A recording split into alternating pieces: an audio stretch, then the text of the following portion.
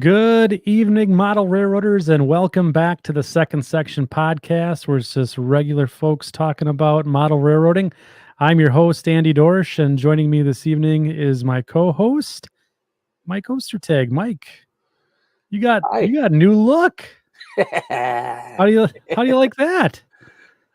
I don't like not having a back on my chair, but other than that, it seems like pretty good. Yeah, So far it's all right. I think the setup looks great. You look and sound good. This is fantastic. That's really cool. So what are we Thanks. looking at here? What are we All right. looking at? Well, this is a portion of my layout, Okay. and it's actually the very end portion of the interchange. The Farland terminal is actually where you see the switch engine and the Farland terminal boxcar right here, There you go. and then Branding. right here, little branding, and then Yeah. no, not little branding, little Yeah. little There's some branding. over the top of your Little, corner there. yeah, Boy, this guy's right over here. And then and then uh and then this right here is it's the Milwaukee Road this week. But this week. yeah, this week. No, this is the Milwaukee Road, but that's all there is to it. Is about I'd say maybe about 20 inches, 24 inches. And this is dead. This is completely dead. There's no power to this at all. It's just a track to represent the railroad that you interchange on. And then this track Sure. right here is the interchange. So Yeah. That's pretty cool. I love the setup that you have there, Mike, and I think it's really cool, and I'm glad that we get to see your layout a little bit on the show as well. So this is really I got cool. tired of looking at shelves, you know what I mean? Yeah. You know? The archive, that you had behind the you. archive. Yeah. And since we're talking about our topic is, what it is tonight and stuff, I just didn't want to sit there and deal with the barrage of questions about the mountain of boxes that I have back there. Yeah, right. I mean, my one day projects, the one day I will projects, Yeah, exactly. So we have a bit of an interesting topic this evening, and so just to kind of give you a breakdown of what we're going to be doing, we got our topic, and we'll talk about that in a bit, and then we're going to do what's on your workbench this evening. We got a lot of participants on our Facebook group, the Second Section podcast. So great community of folks there. If you haven't checked us out, head on over there. It's always a good time. A lot of good information, and gives you an opportunity as part of the section crew to enter into the what's on your workbench contest that we have every so often. But yeah, it's going to be an interesting show this evening. We're going to be talking about a topic that armchair model railroaders. And yeah.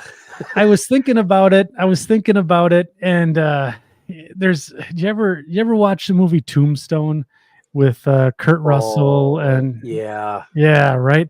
So and spoiler alert, if you haven't seen the movie, I'm gonna have a little spoiler here, but the scene where Doc Holliday's lying on his deathbed, right? And he's talking with the priest, and then Wyatt Earp comes in and he says, "Yeah."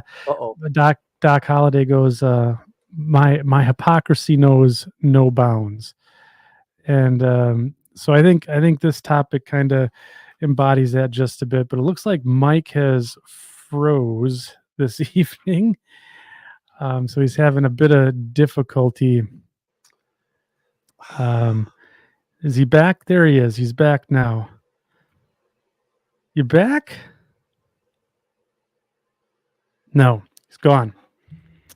So anyways, so we're going to be talking about armchair modelers this evening, and it's going to be interesting because I was actually inspired by a YouTube video that I saw by Joe Parker.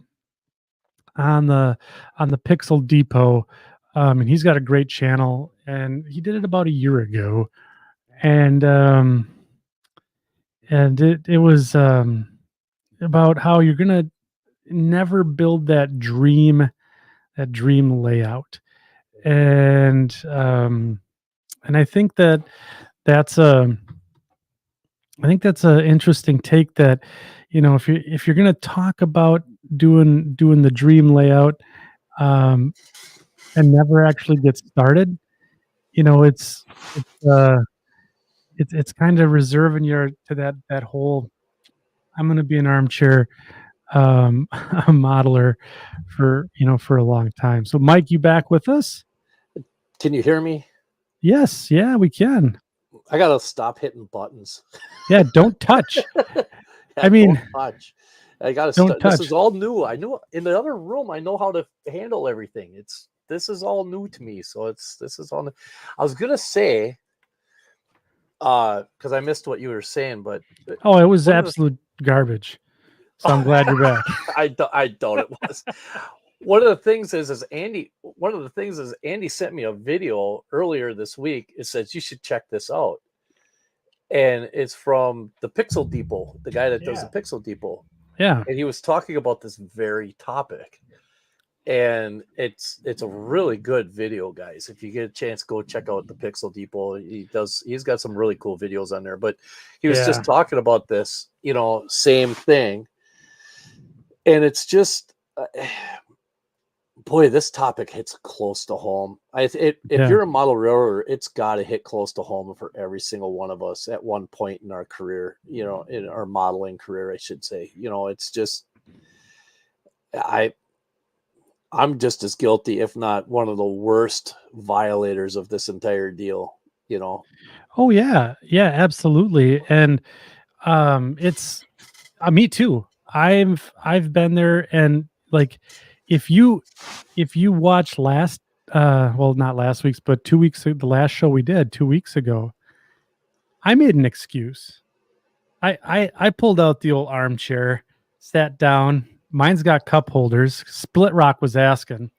Um and I Yeah. said, yeah. I said, I'll never model the marsh line. It's my dream layout. It's my dream railroad to model, but I'll never model it because I said I couldn't do it justice, and and I think I fell right into that category, so I'm guilty as charged as well. I did the same thing with my Milwaukee Road stuff. It's Yeah, like, oh, I can't do it justice. So why should I even try? And I'm sitting here going, and then what's really funny is just to my right over here is a bookcase. And do I spin the camera and show you? yeah, All right, let's yeah, spin the camera and show it, guys. Let's see if I can yeah. do this without totally screwing And things if up. not, I'll do another song and dance and Okay, you see that right there? yeah, the bookshelf. The the bookshelf right here, right? Yes, Right. yes, These two yeah, are nothing but Milwaukee Road. Those first two layers are nothing but Milwaukee Road books. yeah, Virtually every Milwaukee Road book that I know that exists that I would be interested in is sitting right there. yeah, Every single one of them. yeah, But yet, and I have reference material. I have all the makings of what I need to do to build a Milwaukee Road layout, yeah. and I don't. Okay. So what are your excuses like mine, right? So my excuse is my basement's not laid out the right way. Yep. Um I what's I don't what's have the one of your room. excuses? You don't. I, Yeah. it's very similar. I have a nice space. My I don't want to show everybody the complete disaster, but it's 11 by 30. So I mean, it really is it, and it's a rectangle. So with It's a a doorway fairly in the good sized room. good sized room, right? Yeah. But I don't want a layout that's going to suck up the entire thing. I don't want peninsulas, and I want it to be a shelf layout and along the walls. But I also want to hang things up. So I don't want I need want to have space on the walls to do that. And so I'm always coming up with reasons why not to expand what I have, why not to just start over and just say it. Yeah. I hate to say it, the heck with the Farland Terminal. I'm going straight Milwaukee Road. At this point, I have a hard time doing that. Sure. but it's a passion, and I think that making the excuses is just as much of a hobby as anything else, as building the layout, because Yeah. there's always around the corner, there's always a new excuse or a Yeah. new reason why not to do something. So this is there's a lot of people, a lot of comments coming in. We gotta start taking some of these. So Bill Kenkel Yeah. asked, he goes, so what's the difference between an armchair modeler and just losing your motivation? Ooh, well, and So losing your motivation to me tells me that you've actually made the attempt to try to do something. there you go. Yes. And an armchair modeler just sits there and looks at, just collects all sorts of stuff and never gets anything done. Yeah. That to No, me is the difference. Losing your motivation is vastly different than just being an armchair modeler. My opinion, yeah. So and we're talking about the people that, have, essentially all the knowledge and everything about the railroad that they want to model. And, they have the four criteria, right? Well, I don't have the space. I don't have the time. I don't have the money. And, what's the last one here? I don't have the experience, right? And then there's a fifth one in there, like energy. And well, I'm lazy by trade. So like I don't have energy anytime. But like the four big ones, right? So like I don't have the experience, I don't have the time, I don't have the money, and I don't have the space to build this thing, this massive thing that I want, or I keep talking about. And someday I'm gonna build it, but today is not that day because I don't have any of those things. and So then you I walk down in your basement and look at what you've done and you go, right. I'm So going back upstairs. yeah, yeah, Right. exactly. So there's a lot of good Chris Bell has a good comment here. He says, I make no promises, therefore I make no lies. And that's true. But I then like what Tom, Otter Creek just says on the bottom there too. yeah, and I want to get to Tom Holly. Yeah. Says, why do you need an excuse if being in your armchair is how you enjoy the hobby? And I think there's I'll do the old Tuscaloosa two-step here and say, okay, yeah, sure. It's everyone gets to enjoy the hobby, the way that you want. And I think what we're trying to do here tonight is for those people that really are in that dream state and say, yeah, well, I'm gonna do it someday. Well, I'm gonna tell you right now, someday is never gonna come. So you're never going to gain the skills, you're never going to do all the things that you want unless you get started today. So we're going to explore some of those, like, and let's go through here. What's the comment that we wanted to take a look at? Oh, Otter the Creek. excuse of I might fail. Yeah, and that's No, the another only one. way you're going to learn how to do anything better is by screwing it up to begin with. Yeah, I exactly. mean, we keep saying it time after time. Boomer comes right out and says that. This is, how many times I've had to do this in order to get it the right way. Failure is just a natural human trait. If you want to use baseball as an analogy, something Andy and I were just actually talking about, we were talking about some baseball Yeah, here before this show started. You're successful if you win 30% of the time. If you're a batter in baseball and you hit 3 out of every 10 pitches in the life of your career, you're in the Hall of Fame. Well, translate that to model railroading. If out of every 3 models that you build is an incredible success and the rest are just average, that's fantastic as far as I'm concerned. Not every model is going to be a home run. yeah, right. You're It's just, you're just going to have to, you just keep working at it. yeah.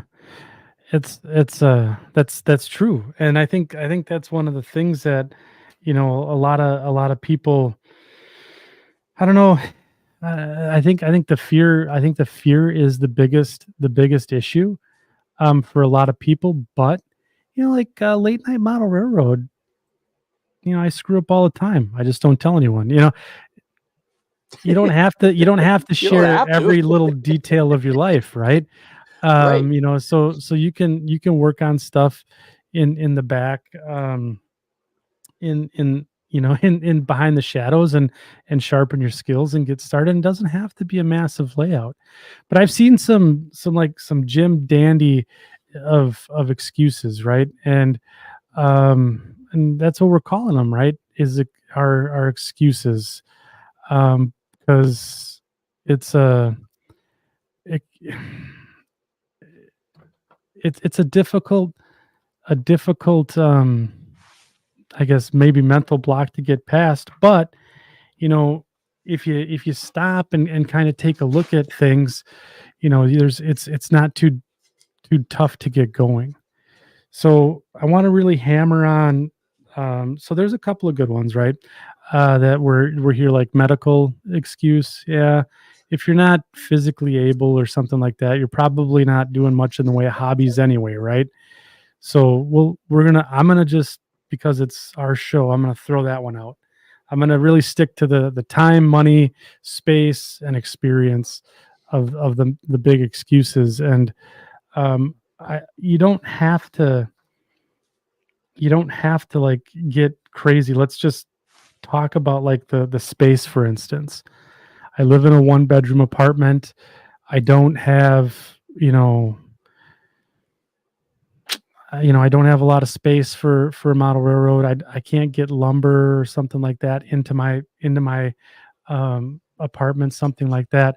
What could Yep. I do? Like what could you do to overcome that? Diorama. Diorama. Do a Yeah. diorama. Um, Yeah. it you could build just a structure. Sure. Build just a structure. Build a house. Build a house under construction. Just build anything. It doesn't have to have a train on it. Just build something. Yeah. And then set that off to the side, and then do another one. And Yeah. this one, maybe include the train with it this time. And, they can be 1 foot by 1 foot. You Or mean, even smaller than that. oh yeah, where were we? Were we in St. Louis a couple of years ago where that guy had on the top of a mason jar? Do you remember the guy that Yeah. did the Yeah. signal on the top of a mason jar, and he had all the scenery and everything like that all set up, Hmm. and the battery was inside it was all powered from inside that mason jar with a battery Yeah. and everything. The whole thing was the size of a mason jar. So So here, how big is that? I mean, it's not that's big at all. ridiculous. That's not big at all. Yeah. So I'm gonna share something here with you guys. So this was, is it maybe this one? Yeah, it's this one. Okay. So this was a little diorama that I made, and I made this out. So I'm gonna dispel a bunch of the, I don't have the money. I made this from garbage. So this was foam that came inside of something that my wife had ordered off of Amazon. I had 4 inches of scrap cork and a little bit of track, and that's what I Yeah. started with. And I went in and I took the time and started to detail all of the spike detail, and weather up the ties. And then finally you get, to this, I guess you could say, somewhat of a finished state. And I ended up, well, that's my son's abomination on my module. But, um, essentially what I ended up having was a little diorama here, right? That I could put one of my Origenies on, right? Oh, that's sharp. I like that. Yeah. So this was a model that I made, and you can see, I added some grass detail, and then I took some more trash that I found around the house is just old balsa wood that I had laying around, and I, made a small diorama to display a weathered model, right? So Yeah, this I like is that a lot. yeah, this and it's not my dream layout, right? Of course not. But Of course not. one of the thing like it was a great learning experience because the weathering on the ties, I got a lot of good practice and getting the profile and ballasting right. Instead of ballasting a whole 3-foot section of track or a 12-foot section of track, I got to work in like 4 inches, and really kind of perfect the technique on how to do it. So, just this little thing was very valuable to me because that turned in when I did have the space and the time and the money, this little guy here turned into all of this what you see behind me. Yeah, so I mean, it's like taking a class, right? Yeah. To kind of get your degree. Yeah. You need to take the different studies, and you need to study the different things and take the tests in order to pass the course, right? Yeah. Well, those little dioramas are no different than taking a little test. And you know what? The best thing is you got what invested in that $4, maybe, if even, Yeah. if even $4. I mean, This is an old roundhouse car that I had from when I was a kid, yeah, 80s, 90s, right? One of the old Origenies that are, you know, one of those. And I had that, you know, forever. And then, yeah, maybe no more than $4 and some paint. yeah, that's awesome. That's really Yeah. awesome. So it's Yeah. just one of the It, things that you could do. if you see right here, I'll stand up here for a second. Squeaky chair. But I started doing something similar to try to test out what I wanted to do as far as like the scenery in that corner. And this is all the farther I've gotten so far, but it's gives me a place because I want to have a road right here. And I'm like, okay, I want a little hill and a berm. Well, how am I going to do that? Well, I'll try same thing. Just scrap foam that I had laying around, and then I just kind of cut it up, and I had made a tree a while back, and I just kind of threw it on there. And I'm like, I don't know if that's what's going to stay like that, you know. And then back here, I started testing out. I don't know if I can zoom in on that. I'm going to try to zoom in on it. Oh, this is now turning into armchair modeling, and it's fun with cameras is what it's going to be Yeah. now.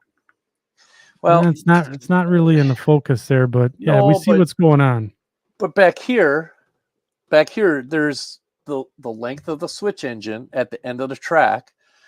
I wanted to test out how I wanted the ballast to look, and I thought, well, this is the furthest reach portion. I'm going to do it there, and I wanted to test my doing a dirt pile with a red board, Oh yeah, yeah, and that's it. This is physically the end of the railroad, yeah, so there's no going any further than this. The Farland terminal ends right there. But I wanted to try this. I wanted to test it out, and I just tested it on that one little piece. I have not done anything further on it. I should, and the reason I haven't is because I have no good excuse. I got no reason why I shouldn't. Well, one of the reasons is because there we go. Now we're talking. Here come the reasons. I put this together really quick. Uh-huh. Check this out. You guys, if you Ooh. can see this, watch this. See that? Oh my god. See how you can move that? You can move all this? That's Yeah. because there's a spike here, a spike here, a spike here, and nothing in between. I need to go back through and finish spiking this all down because I just gauge spiked it. I got it so that way I could go in and get it up and running. I wanted the layout get Yeah. up and running. Well, I got it up and running. That's great. And then the temperature changed and all the track went Went right to because crap, right? went to crap because now I'm paying for not doing it right the first time. So, which it's okay. I don't mind spiking. But It's relaxing to me. It's therapeutic, but it's something that I should have probably just taken the time to do the right way the first time. So I mean, it's a bit of a learning experience, right? yeah, yeah, I mean, absolutely. I mean, you didn't fail. I mean, but you didn't get her all the way there, right? No, Yeah. no, I should have. um, you want to pull that back up for a sec? Yeah, yeah. I'm just I'm gonna gonna. say Split Rock makes a great point here. Three spikes, prototypical Milwaukee Road already. I mean, you could be the Escanaba eh, Lake Superior there too. I know, but just hold on. Can you can you see this joint right here? Yeah, I Maybe could that. by next to your finger where it's all bent in and weird. Uh huh. Yeah, Yeah, yeah. I've got my track cage pushing that back out, so that way it actually doesn't physically bend the rail to a point where I can't use it. sure. Yeah. So yeah, That's I but mean, but there again, you're gonna yeah come back. yeah, So let but me I ask haven't. you. This has been months. This has been months, almost a Yeah, year actually, since I've touched this. really. No excuse. No reason. No reason why. I've been working on the other side of the layout, the other end. I've built that bridge. Yeah, I did other things. yeah. Now I need to start working on this end because guess what? What? I am having a mental block on the what I'm going to do at the very end and how I want it. So this is scenery and ballasting and just track work and getting things at the end. That's Yeah. all this stuff is going to be. There's no structures, there's no anything like that. I'm going to start working here until I get my head screwed on right and figure out what I want to do down there. Oh boy. Yeah, well, I'm sure I'll change railroads 6 times between now and then. And that's the spirit. I mean, confidence, that's a, you know, that's a big component here, right? On your side of things. Right. But yeah, and I think here's one other thing, right? So in terms of I want to just touch on the space bit a little more here. One of the other things that a person can do is um, you know, you can build a module, right? Yep. To get started, and this was a lot of fun too, right? So essentially the what I had done with the I love that. what's that? That The module? your module. Oh yeah, I Yeah, love so that this module. yeah, this was the El Dorado, Wisconsin, supposed to be, but it was kind of a spoof on it. Anyways, long story short, it was again, this is a 4 foot by 2 foot Fremo module that I had made. And you know, I hand laid all the track on resin ties. And that's a discussion for another day. Yep. But yeah, it was code 70 on resin ties that I hand laid, and it was a great experience for me because I learned how to use static grass, did some terraforming, learned how to make a nice realistic looking road, you know, and some grade crossings, and you know, now it's playing out, you know, on the Mascoutin Valley that I have behind me here. But again, took some practice, and now we're there. And that's what it. And that's I'm looking at our little outline that we have here. Yeah, yeah, You know yeah, what I mean? And yeah, we're still sitting on the excuses part, right? yeah, And so the one thing we haven't talked about is the very yeah, first bullet point: waiting to build your dream layout. yeah, That that is the unless you're somebody who has uh I'm going to use Dan Dyer, a friend of ours. Dan Dyer is an example. maybe not after this. No. This goes right into this. Okay, He's on his fourth yeah, version of the same layout. Every time he's rebuilt it, it's because he's had to move, he's had to do this, he's had to sure, do that. but every single time he's rebuilt it, he's made it bigger and better. He's learned from what he's done in the past. He took those lessons and made them, and now the layout he has is phenomenal. It truly could be called and probably is a dream layout. He has Yeah. an amazing space. We always talk about Luke. Luke came out of the gate and built his dream layout. He built exactly. He's been very hyper focused on what he's doing, and his layout's phenomenal.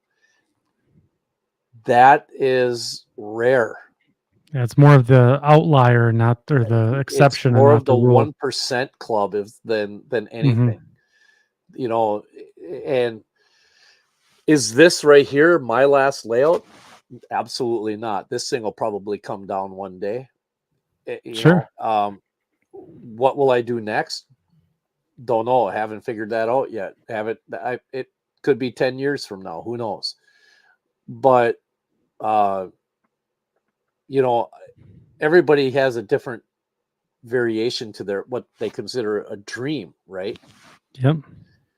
And so, as long as I feel like as long as you're working towards that, it doesn't matter what you're building. You could build a layout that is nothing but some like fictional short line and just do it to hone your skills and turn around and somewhere down the road you decide to build the railroad that you want to build, that you've been studying and learning from. Or you could find another railroad that you fall in love with and do that. Yeah. Right. Yeah. Of course. There is no wrong answer to what a dream layout. The dream layout should be whatever you're working on right now. That to me is that's what it should be. Hmm. Yeah, the railroad of lies. Yeah. Yeah. Industries of lies also, by the way. The industries of lies. So yeah. So basically, the dream layout's kind of a misnomer anyway, right? Right. You're never gonna, well, very few cases you'll achieve it, right? Because my dream layout obviously is to have the space, the money, to do whatever I like. But um, yeah, there's one other. Yeah, I guess we're a half hour in here, so Yeah. I think we've labored the excuses quite a bit. Yeah. And if anyone needs any motivation to get started, just turn over to the section crew in the chat this evening. It has been wall to wall great advice on how to, basically lift off and We got some awesome guys in there. yeah, yeah, I mean, and and gals. and I mean, it's just sometimes we should probably take their advice, don't you think? yeah, yeah, exactly. I mean, So that's all there is to it. so so to move on, right? So we've hit the excuses a lot. Um, okay. All right, Andy. All right, Mike. You guys are so smart. Right? How do I go from an armchair model railroader to um to getting started? How do I get going? You just do it. You just just do it. You just do it. It Sure. in today's day and age, you've got there is no limit to the amount of resource that you have to be able to help you get started on anything. Yeah, that's true. You don't have to Mhm. go and build spline bench work, or you don't have to build Yeah, these things. I mean, you can have little pieces of foam and look like what Andy's got there. this little That's guy. all you that little guy. That's all you need. That's all you need. And you start with that and you go from there to the next thing, to the next thing, to the next thing. And the next thing you know, you've got yourself a cut up piece of 4x8 sheet of plywood that you've got a 16-foot switching layout built on. And now you're doing something like that. And it you just you have friends. Yeah. Your friends are some of the I know I mention him all the time, but if it weren't for Luke, there's half of the stuff that I've done wouldn't have gotten accomplished because he's just said, it's a piece of cake. It's just Yeah. basic shapes. It's just basic. Think about it. Stop worrying about it and take a look at it. It's just some basic shapes. This is it. It's a square with this and this and this. And when you break things down and you look at it, things become simpler. Mm. And it takes time for your brain to understand that. But your brain will never get to that point if you don't take the first step and just try to do something. And if you screw it up and you fail, perfect. Yeah. You Perfect. did it. You succeeded You in succeeded. You learning. failed. You failed. You learned what not to do or Yeah. how not to do something. Now go and do it again. You Sure. know, what's It's this? Stop. yeah. Stop. Okay, just build it. Tom Johnson, I mean, he's been on the show a few times. And great advice. But I think one of the things that I wanted to kind of hit on here, and we talked about it a little bit. You talked about I think uh, Tim Moran said, "Hey, having a mentor helps. Having a Yes. friend." I know there's 160 people here in the chat tonight um, that talk, that we could all talk with to talk through and essentially get us a plan started, right? And I think that's the big thing is talking about, all right, did you you know take your buddies and start breaking down your big problem, right? Like, okay, here's my layout and what's my reality, right? So here's a space that I have. Okay, I got this 11 by 16 room. I got this bookshelf. I have this much money to spend. I got very little to spend, right? And then start trying to solve that problem. And like I think Heath brought it up here. Um, did you talk about an hour a day yet? Yeah. Right? So No. basically, how much time do you have to dedicate to building a model, a diorama, a module, or a whole layout, right? So now you're kind of shaping it up and saying, okay, here's what my reality is. I got this much space, I have this much budget, and I can donate about this much time without totally neglecting my family, those types of things, Right. and my career and other things. So now you can kind of say, all right, how much time can I dedicate? Hour a day, 10 minutes a day? So it's like this little guy here, most of it was done in about, I don't know, an hour, 2 hours, right? So after the glue dried, I was on to paint, ballast, and all that fun stuff. But yeah, it was a nice little evening project, right? I mean, how often do you go down into the basement and you're just going to putz on something for 10, 15 minutes and 2 hours goes by? Does that Well, and happen to you? it happened to me all the time. All the time. I like to watch certain television shows or like old Hmm. like from Canada and stuff like that. So I put them on for white noise. Yeah. And the next thing you know is I'm like, did I really just have 5 episodes of that go on? And I'm like, only made it this far. Like, what have I been doing this whole time? And I'm because sometimes you just get down here and it just gets overwhelming, right? So one of the things I've been trying to do is take little small segments, Okay. vignettes, if you will, and trying to plan what I want to do and how I want to see things or things to be seen. And that's right now what's taking up a lot of my time is trying to figure out what I want to do next. And Mm, that goes back to the excuse part sure. because instead now I keep doing that instead of just doing it. Makes sense. Yeah. So yeah. I mean, what I should do is just do like what you did right there and just build a small little thing and just take a break from the layout and step away and do something completely different for a minute. And maybe that'll kickstart what I want to do with the rest of this, you know. Yeah. And so are you one of those people that so let's say make a plan, like a little checklist of okay, okay, tonight I got the wild hair up my you know what to build this diorama. Do you go through and say, okay, so first thing I'm going to do is we're going to get the base set up and or at least maybe or even say I want it to look like this so I draw something up and then or are you just a wing it kind of I'm a person? winger. I wing You're a it. winger. I Yeah. wing it. What I do is, ooh, perfect example.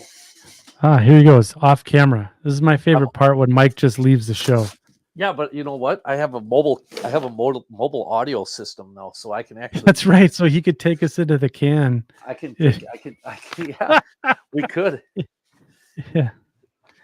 Yeah. Okay, So so I was doing some cleaning on the layout, and I found this picture.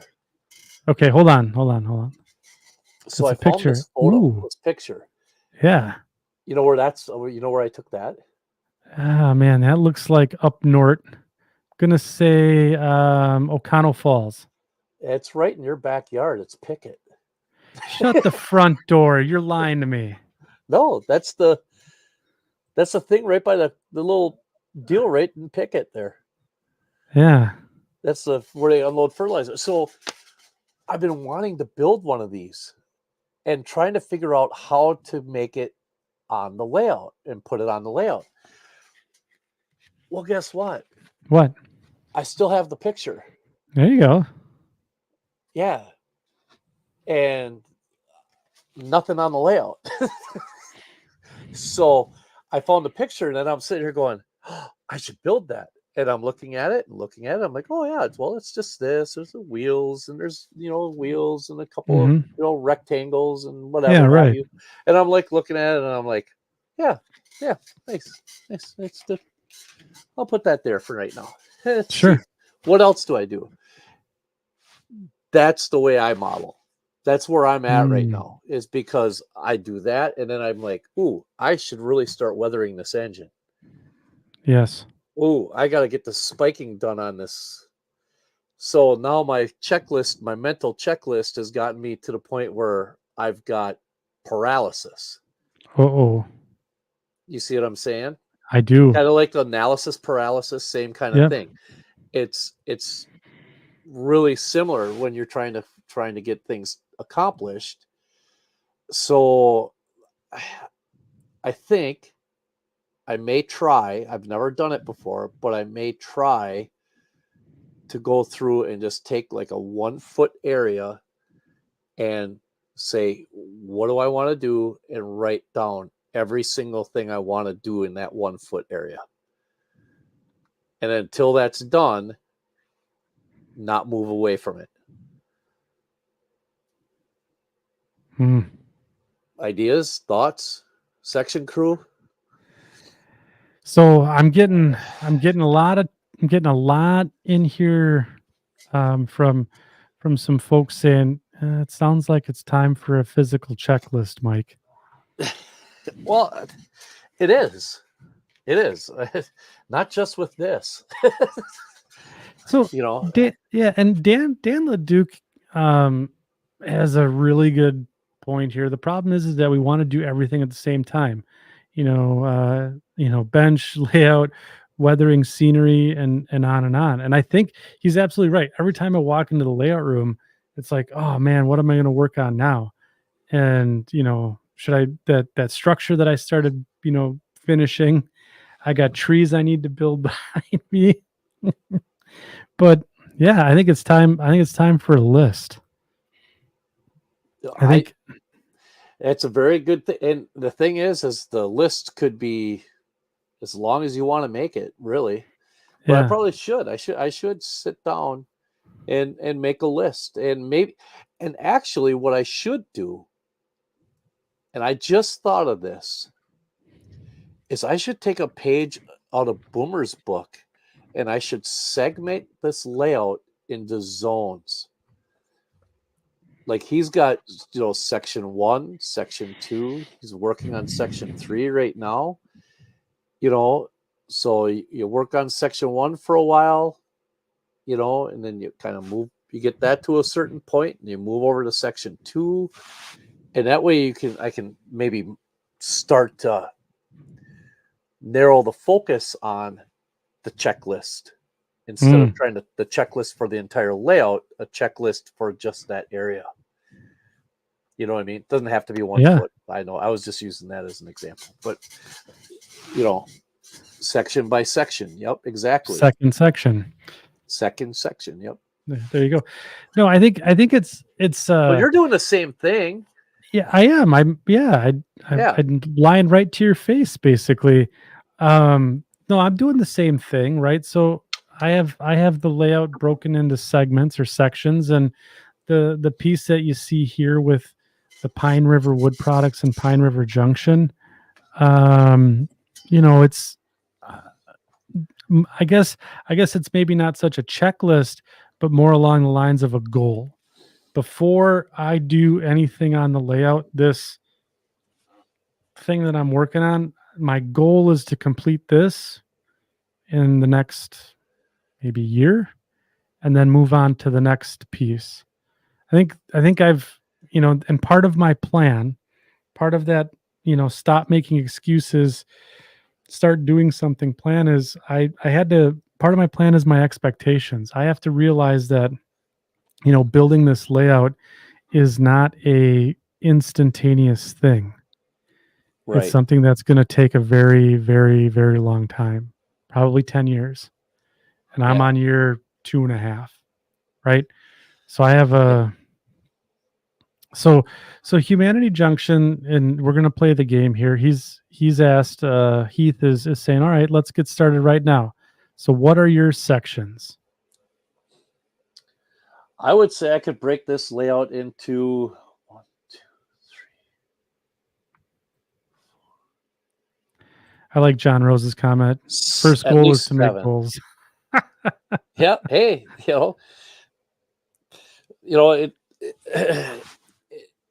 I'd be able to break this into 7 sections at least. 7 different scenic segments. The layout itself, the track plan is pretty much done.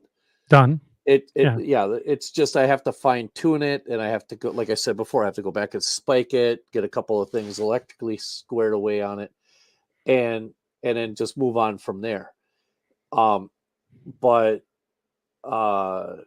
scenically, I could have 7 distinct, possibly even 8 distinct areas of scenery on this layout.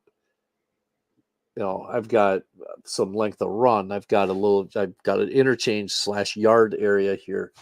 I have a quarry loadout, a river scene. I've got the one end of the yard or the runaround when you get into the town of Farland. I have the co-op area. I have the fertilizer plant area. I've got, there's several different portions to this layout that I could easily break it down into stuff like that.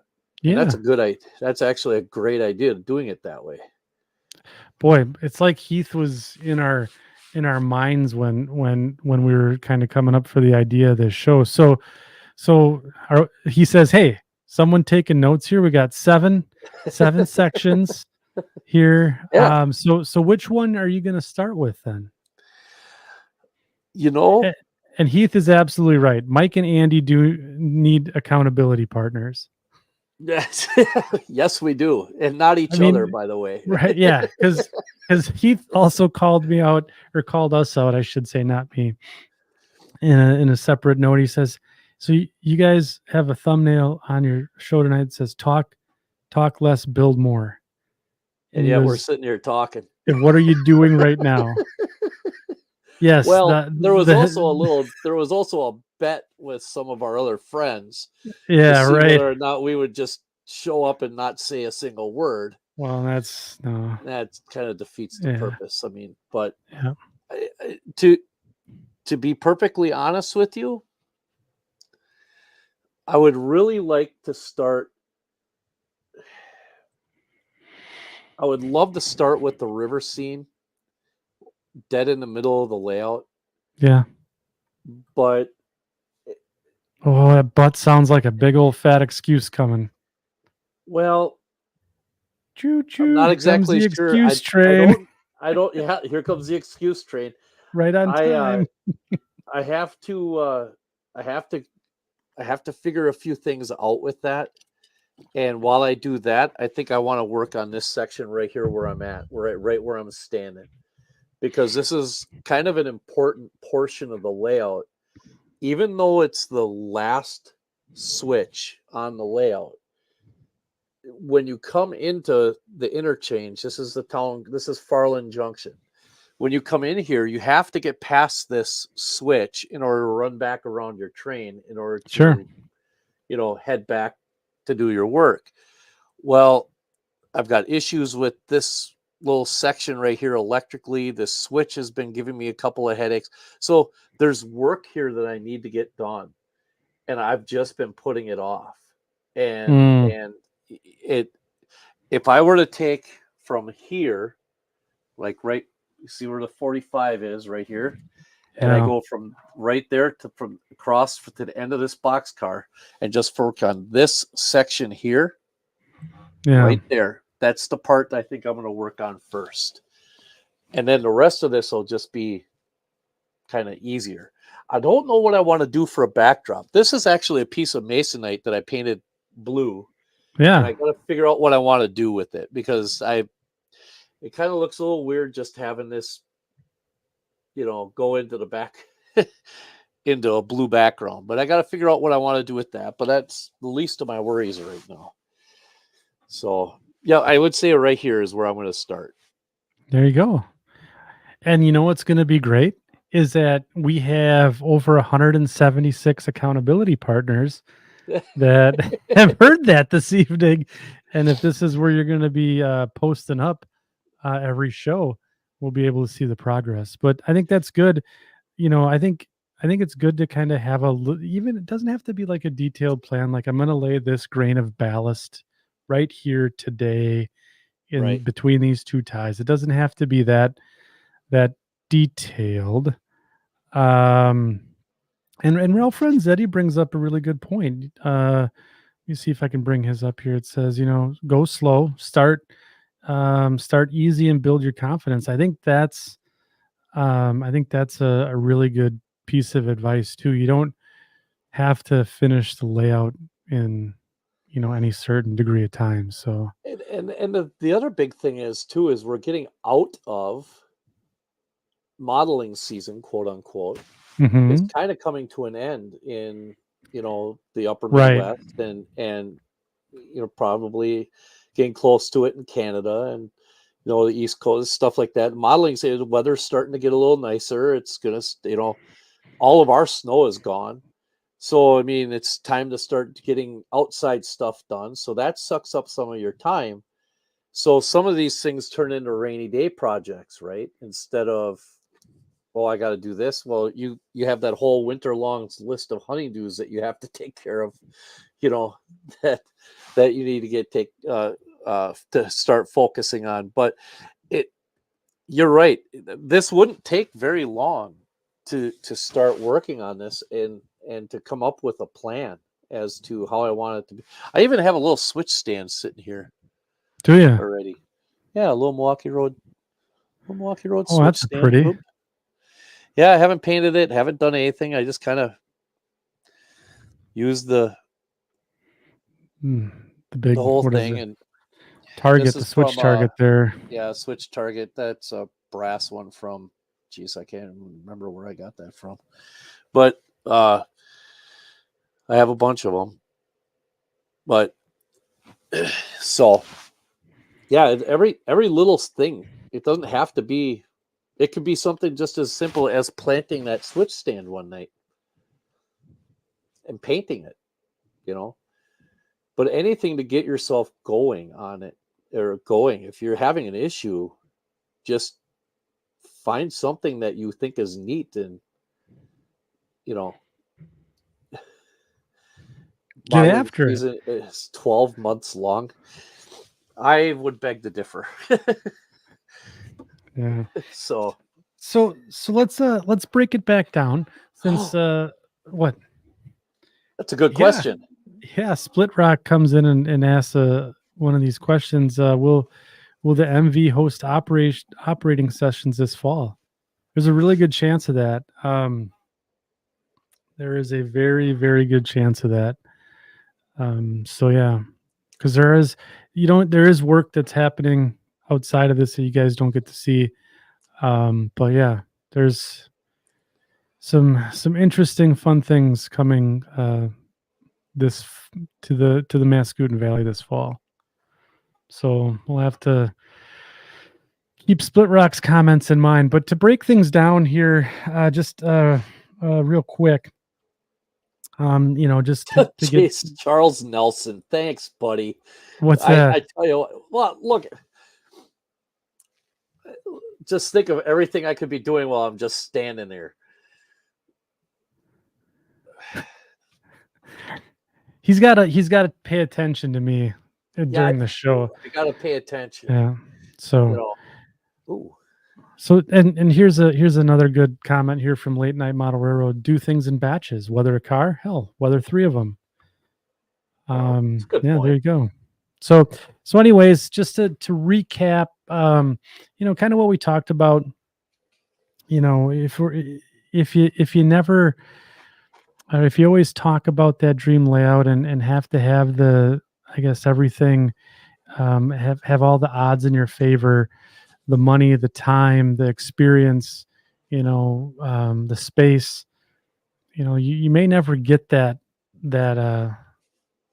those factors to line up. So what we're saying is get started today, and the way to kind of get around it or to get about it is have some sort of goal, have some sort of plan, break things down, and understand what your expectations are, right? Don't say, well, I got to have 800 locomotives and 48,000 cars, and we need a 50 by 100-foot building to put it in, and you don't have the economic means to do that. What Don't go happens and to that guy? what's that? What happens to that guy? Just real quickly, what happens to that guy when the someday never happens, Yeah. but yet he's got a hobby shop full of stuff in his basement? Yeah. You Um, know what I mean? it's a really good point. So we just had someone recently, that I know, go through that. They had the hobby shop, and they ended up passing away and never built that layout, but they had all the stuff, right? Right. And so now we have an estate sale and all those things. And but yeah, it's just the equipment never got used. You had tons and tons of stuff, and track never got laid. And um So, I so mean, because of that, does that make the importance of those pieces of equipment higher, because now it will be able to be used? If you understand what I'm trying to get at there, like is there like there's certain things, like I bought a couple of things here, simply to have, because I know the gentleman's now I'm no, depressed.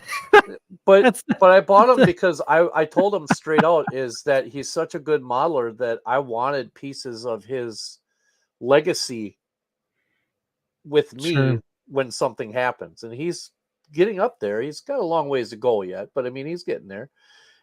But if something were to happen, I I want to know that I've got a piece of his modeling Yeah. right there. do those estate sales like that, does that stuff have that kind of sentimental value, or is it more of a, "Ooh, look, I can get this now," or I look what this guy had, and I'm going to buy that, and the sentiment is like not even close to being there. You know what I mean? Because he never did build a layout. I don't know. That's kind of a tricky question. Um, hmm. I'm listening. I'm going to go get a pen. Okay. I think from my standpoint, I don't. I think you have to have a connection to the person, right? Otherwise, it's just I got this on bargain type of type of Right. thing, right? Right.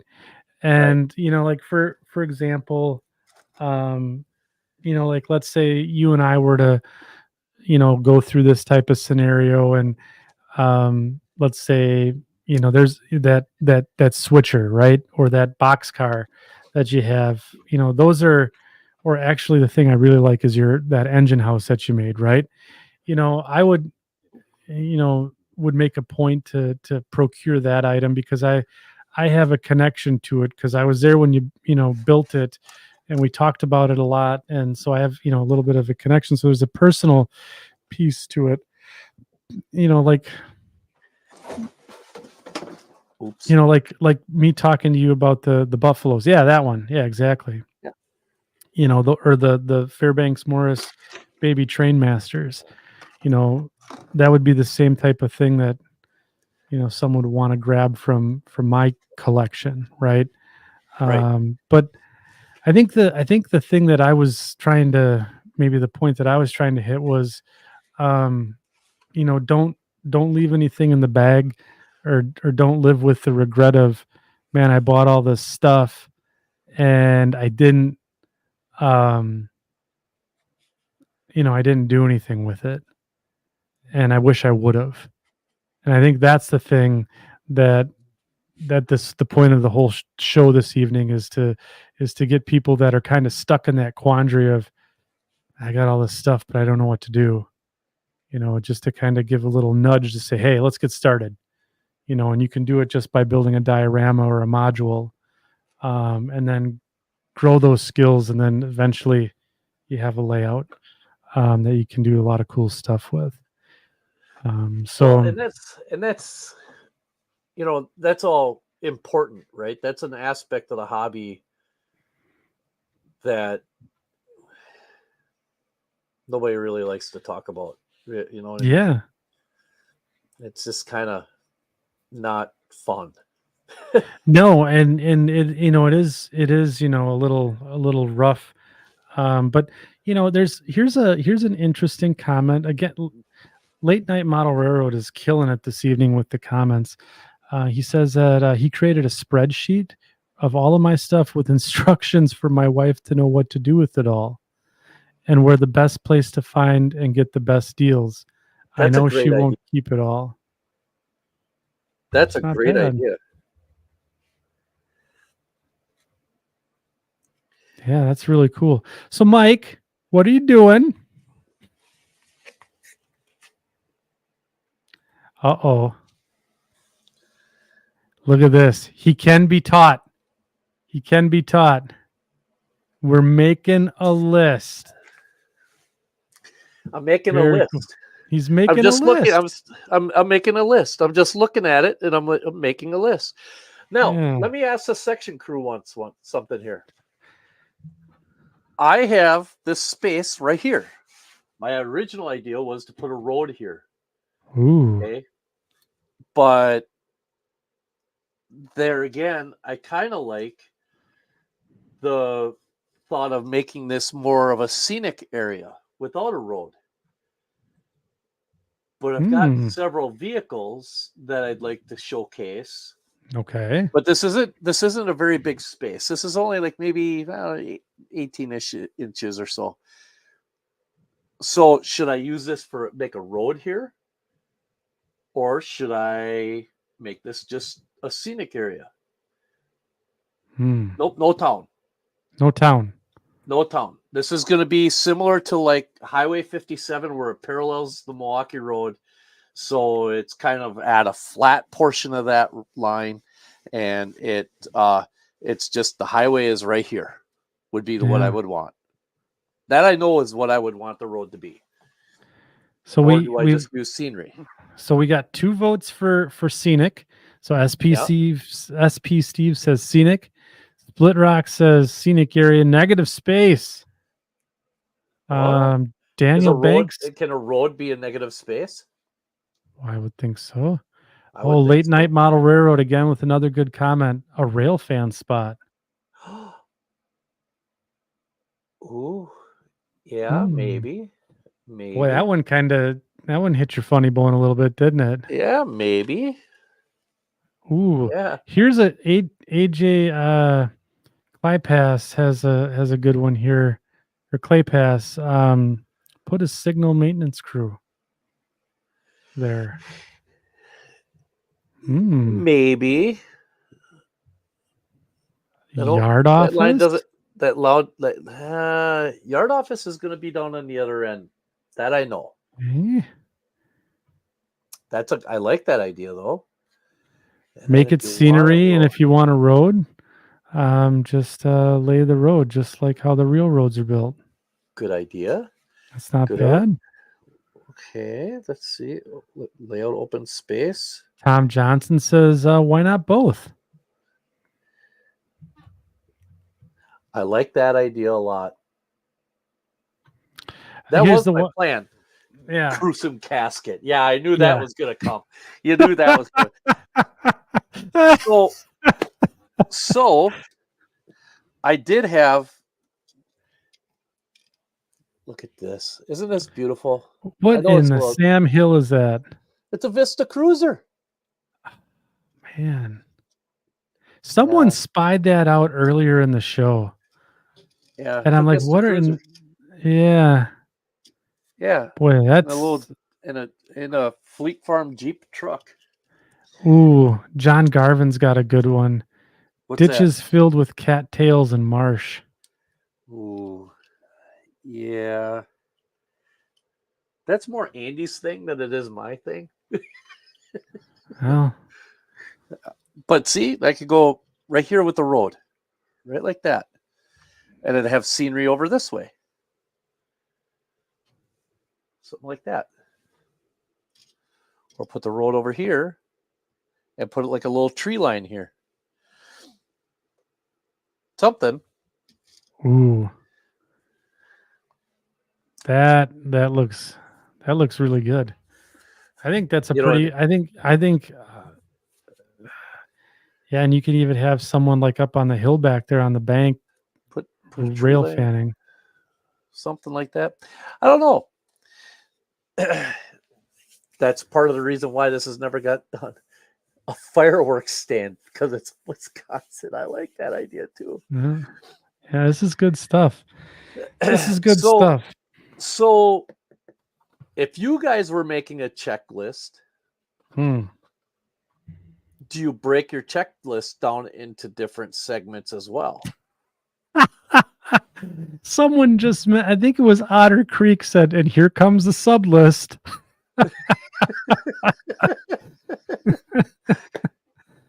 Yep. I'm just asking, dude. I'm Yeah. just asking. Oh, Otter Creek. Yes. Okay. Yeah. So you have a list for track, a list for scenery, a list for ballasting. You got a list for doing all the lists. Perfect. That's Yep. going to make things a lot easier. Yep. So I think what you could do is I wouldn't if it was me, I wouldn't break it down too far. No. Whoops, that's me. No one wants to look at me. Oh, yeah. But basically, like, each section should have, I guess, some major points, and then each major point has a list underneath it. That's a good point. Yep. That's And a good way to do it. Otter Creek and Rio Grande says he has a spreadsheet. That's a great way to organize it. an Excel spreadsheet. And then Split Rock's got a nice comment here. Break it down into chronological order of construction. So Oh, like, that's a great that's a great idea. Actually. yeah, yep. Man. Materials needed. Look at all these ideas. This is Yep. where the community is really starting to shine. Yep. I mean, this is what I talked about before, where we got just an amazing group of people in this you know, in our community that, you know, there's no way anybody could not be helped, even me. Yep. You know. Yeah. So that's I'll put really a good. bike path. Jeez, Charles. Maybe, yeah, maybe. Yeah. Boy, Tear the whole thing out, and he's make a really grinding your snowmobile trail. gears tonight. Tear the whole thing out, and make a snowmobile trail. That's exactly Yeah. what I think I should do. Didn't Yep. somebody do that? Didn't we see somebody do that on a module one time or something? Oh, yeah, Where they they made it made a rail it was trail. a rails to trails. Yep. Yeah. Yeah. Yeah. So, are we going to move on to the third point? Yeah. So the third point is, well, we kind of touched on it, right? So what happens Yeah. if you don't make the plan, right? And Yeah. we got a little depressing there. Right. And talked about, all right, so we have we have all this equipment, we never buy it, or we never build anything, now we got to sell it off. But I think the other part of the equation is so, like, what happens when you do make the plan, stick to the plan, have a goal, achieve the goal. What happens? Oh, Humanity Junction, we should kick you out for even saying agile model railroad 2-week sprints. We're no daily No. stand-up meetings, none of Nope. that crap. Nope. I mean, no retrospectives, no PI planning, none of that. It's too much like work. So anyways, so long story short, I forgot what I was talking about because Heath derailed me there. But I think what happens when you do, right? What happens when you do um, make some small achievable goals, right? And what happens when you build a diorama and how that leads into building a module. I mean, it's kind of exactly what happened here, right? And that module that I showed earlier, basically helped me get to this stage of where we're at here on the layout behind me. Right. So I think that's what happens. And look at the proof, right? Like, you look at Boomer Dioramas and his channel and his layout. He had a His Glover plan, Road, or Glover Road, River Road. River Road. He had a plan, a goal. It wasn't too strict, right? He was still doing this and that, but he had very specific things that he wanted to achieve. Who else did I have on the list? Mike Confalone. I had Mike Confalone on the list, right? He didn't. It's the Woodsville terminal, right? The little shelf layout that he had prior to the Allagash, right? And that he actually made part of the Allagash. Yeah, that's right. Tom Klamoski, another, we just had him on 2 shows ago, right? Right. Talking about making a plan, a track plan, making a small achievable track plan and an achievable layout, with a lot of the short line stuff that we brought to the table. So that was, again, though, comes back to having a goal, having a plan, right? So do you think that's a big part of why people get all hung up on how to do things or what they're supposed to do or what they want to do, is that the achievability of their plan is virtually unattainable for their skill set, and therefore they just don't bother. Yeah. You know what I mean?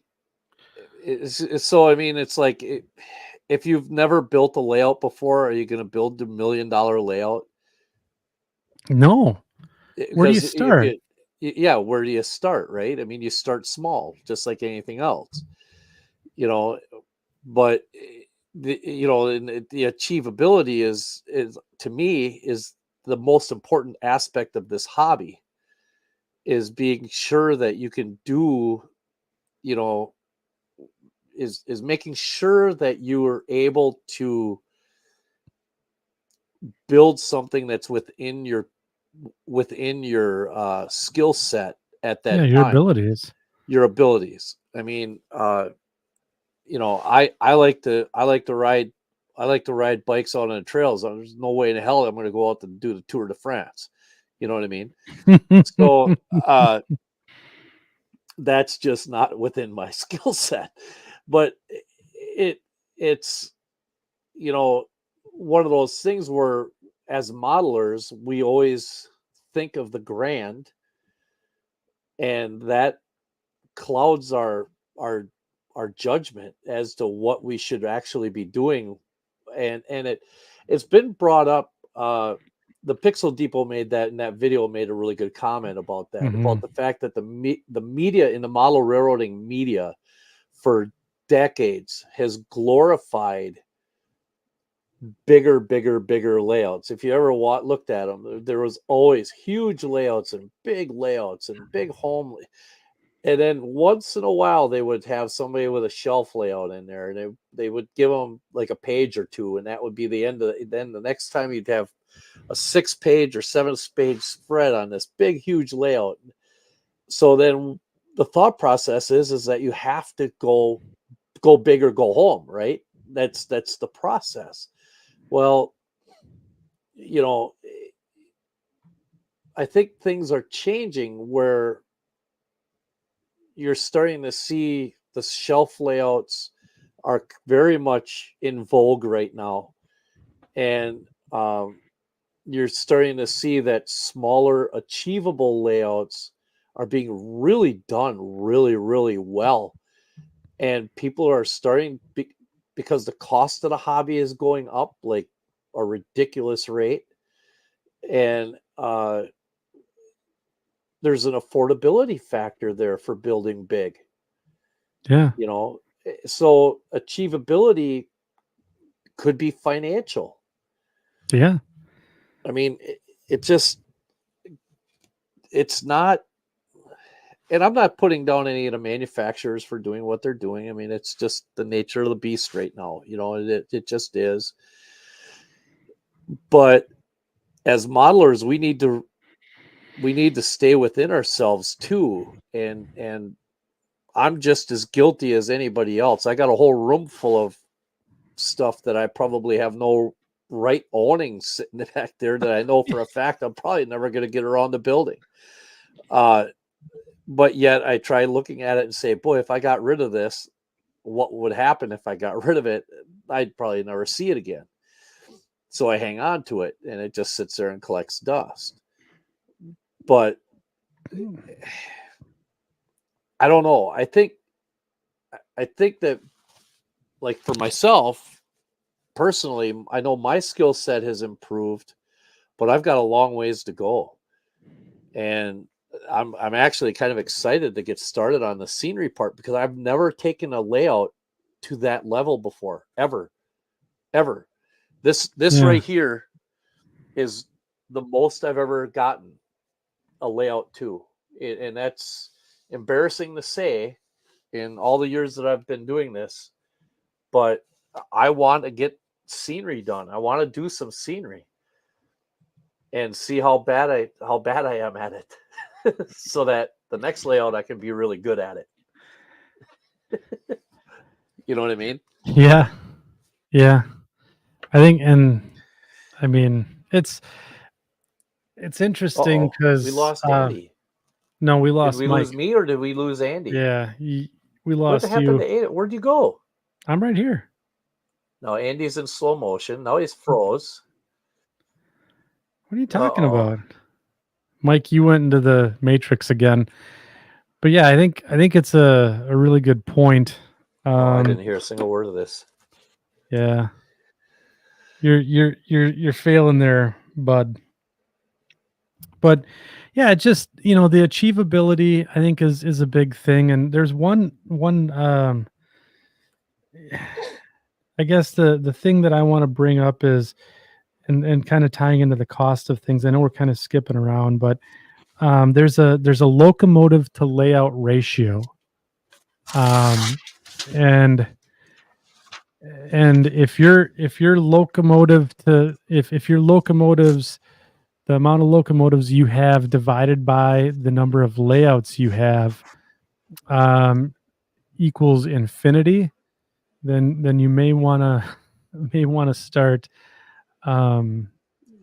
looking at possibly stop the collection and start building a layout. Yeah. So yeah. So just something to think about on that note. But I guess again, the goal and look what's achievable and all that good stuff.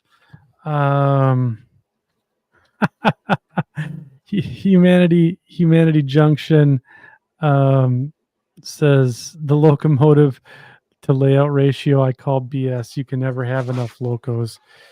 But yeah, if you don't have a layout either, it could be an interesting thing, that's for sure. So then all you have, if you don't have a layout and you have a bunch of locos, you just have a bunch of expensive boxes there. Yeah. Armchair locomotive collectors. There you go. There you Charles go. Nelson. So okay, so we're getting on pretty good here on this topic. I just any other comments from the section crew? I'm looking through my outline. I actually made notes on this one because I knew I wanted to, I guess, make sure that we stayed on point, and we managed to go through an hour and a half already, just talking about the excuses, making the plan, and then the results that you can get if you do make a plan. Which, I mean, there's a lot of evidence of that out there, right? But yeah, we'll kick it over to the section crew here. We still got about 160 people here tonight. Any other thoughts on Mike making a checklist live, or doing some of? I gotta start that again because I screwed it up. Yeah. Yeah, we screwed up the checklist. Hey, I did. Fail fast. Fail fast. I did. I screwed on. up the checklist. Yeah. So good. And I want to thank the section crew because that discussion was quite civil. It could have turned and poor very badly. Very quickly, I should say. So here's a question here from Charles Nelson. Let me see. I lost it. Now I found it. What's your biggest fear? And what's the absolute one thing you avoid to do? Ooh.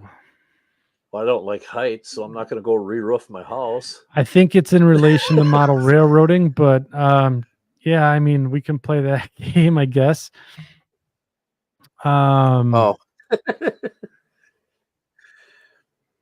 Biggest fear. Yeah, the biggest fear.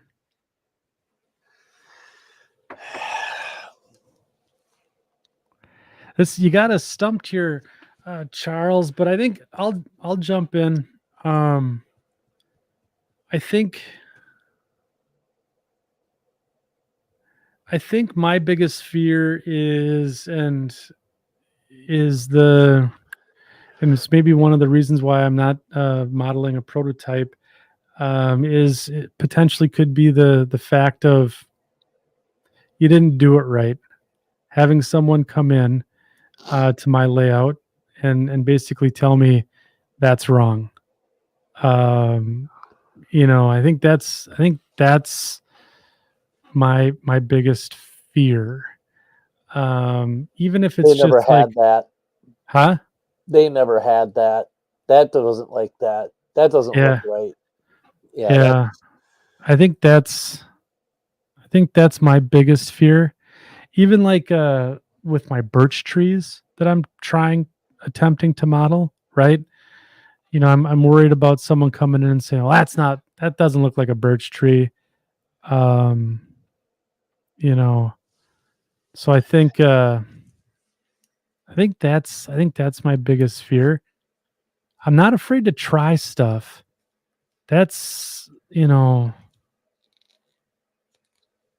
pretty good at trying different things, but I think my biggest fear is that, yeah, that someone's gonna tell me I did it wrong. That's a good one. What about you, Mike? Well, I've dealt with it for a while, and I still deal with it, and a lot of people give me crap because of it. Is my biggest fear is not having the respect given because of the scale is associated with a toy scale like American Flyer. Sure. And I know it sounds probably really petty to say that. I'm not worried about what people think about my modeling because I know what my modeling skill is. Hmm. But because I model in a minority scale, that it's always associated with American Flyer, and that no matter what, people will come over to the house or somebody will come over and just make American Flyer thing and not actually see what I've done with it. You know what I mean? Yeah. That's something that's a huge fear of mine. I hear the American Flyer thing all the time, the nauseum, Yeah. but, but HO's king, and that's just the way it is. Well, it's the truth, but there's 7 other scales out there. So There's more than 7 nowadays. is there more than 7 now? Yeah, they make new ones every day. You know what I don't understand? Before we go F any further, scale. since you F just scale. I don't no, what is TT or T scale? What is T scale TT or was T I track? What is T no, track? oh, so T track, that's a little square box module concept. Oh, it could be any scale, right? No, I think it's N scale, if I'm not mistaken. Oh, interesting. Interesting. So, but that's my fear is just the because I have to do things that you guys in HO scale can just go by. I have to make, and a lot of it because it is S scale is looked at like 1/480th. One T scale is 1/480th. T track is N scale. Okay, I've because I keep hearing that, and I never looked into it. Thank you. That's Yeah. very interesting. Section crew strikes again. As they always do. They always do. So what's the big thing you avoid then? So let's say, okay, we got the fear. having people come over, Yeah. yeah, Mm. just having people come over, because it's like, well, first of all, this place is a flipping disaster. Yeah. I mean, it's a winter's worth of crap down here. 29 winters worth, but I mean, anyway, so it's just but I when it comes to stuff, I don't really have a big fear modeling wise. It's more the having people come over, and regardless of if I'm doing anything, just the stigma behind everything that I'm doing type of thing. Honestly, that's why I just avoid having people come over, is because I'm just don't know if it'll ever be appreciated when you see it face to face. So I just do it for myself, honestly. Yeah. So Sure, and that's okay though. I mean, that's part of the hobby, it should be the number one driving factor of the hobby is for you, right? right. Yeah. So I'll get to my thing that I want to put off, but I think Anthony Borden asks a fairly good question here. Andy, Mike, what type of plan would be a good for a beginner that's not too complex, that you get frustrated, and not too simple that you get bored, and you can enjoy running trains? Ooh, that's a really loaded question, isn't it? There's a lot of ways you could go with that, if you ask me. Yeah. Um, Myself personally, obviously I'm a big shelf layout guy. Yep. Um, what I would do myself if I was a beginner and I was looking at it and I had a, a community like what we have here that's really intelligent and knows their stuff to help me, I would find some small little industrial line someplace and I would build a small, like maybe 8 foot long little industrial switching layout that's 18 inches deep, something like that. Something that you can just work on to hone your skills of track laying, scenery. You can put, have a runaround and 2 or 3 industries on there. You could do not necessarily a time saver, but something that you can actually tangibly go out and see, take pictures of, come back and work on that structure or work on that little scenic element in that on your layout and work on those things. You know what I mean? Yeah. That to me, that would be the way I would want to do it, if I Yep. was starting out. What about Yeah. And you? I think if it was me, um, I would definitely start small. Yeah. And there's a lot of good inspiration out there.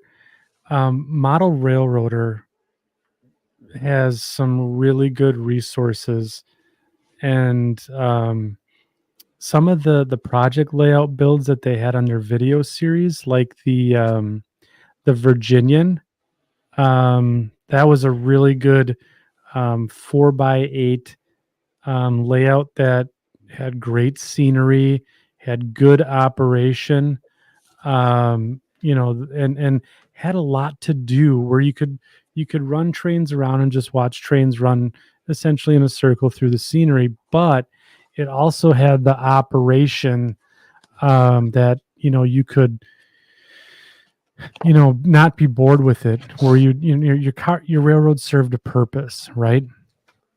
And it was small, that it was achievable. And I think a layout like that for a beginner, obviously what you would want to do is just figure out, what do you like? Do you like running trains around, or do you like doing switching? And then start to kind of wind into that. But that the Virginian on Model Railroader, and you can find the track plans. Yeah, and AJ has got a good one here too. The beer line. Yeah. You The know, beer line was really good. that was a really good That layout was a too that they phenomenal one. did. Yeah, it's SP Steve, right? But Yeah. it was a small, like a switching layout. It had really good, this diversity in stuff. So like building structures and all of those different structures and scenic elements, and roads, and then obviously the operation, move a car here over there, take it away, bring some stuff back. It was really, really well done. So if I had to start, that's where I would start. And then the plan would be to figure out what I like, and then start designing something simple, that I could afford, and that I could build.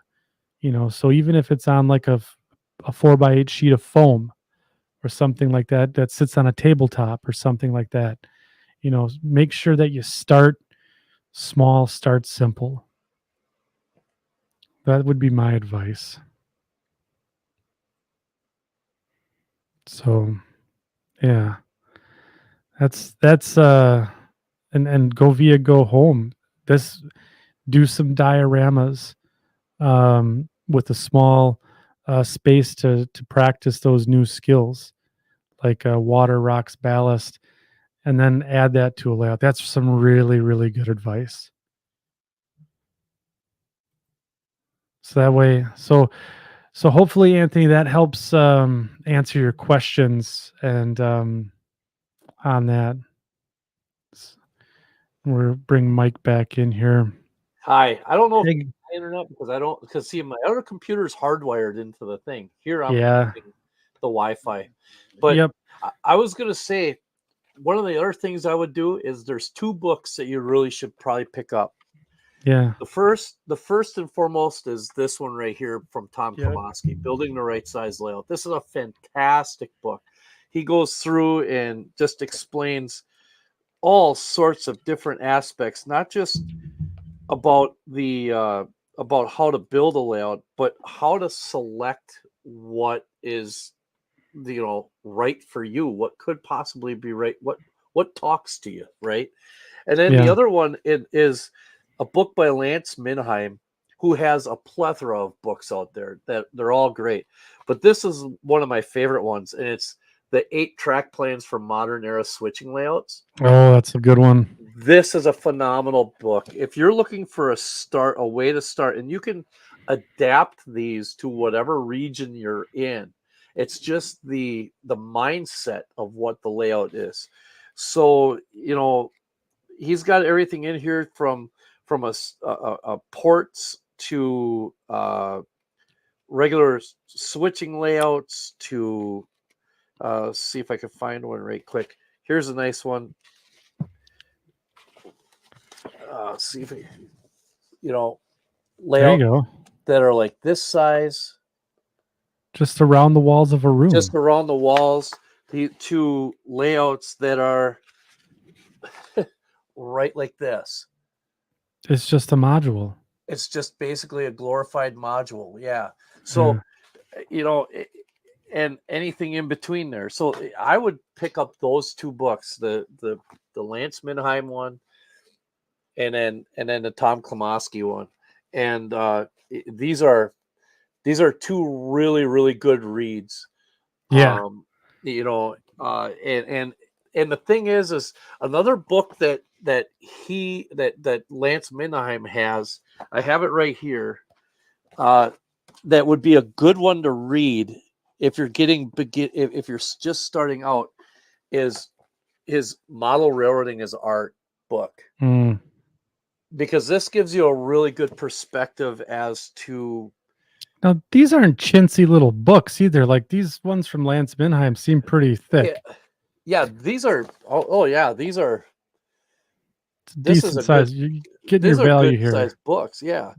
But Right, this Tom. shows you Not how this would show you how to break down scenes and how to maybe set up the track in your structures, as so that way when it's going through, it's aesthetically looks nice. It's a little more advanced, but still beginners can get a lot of good information out of this book too. So I there mean, you those go. would be 3 books that I would pick up actually.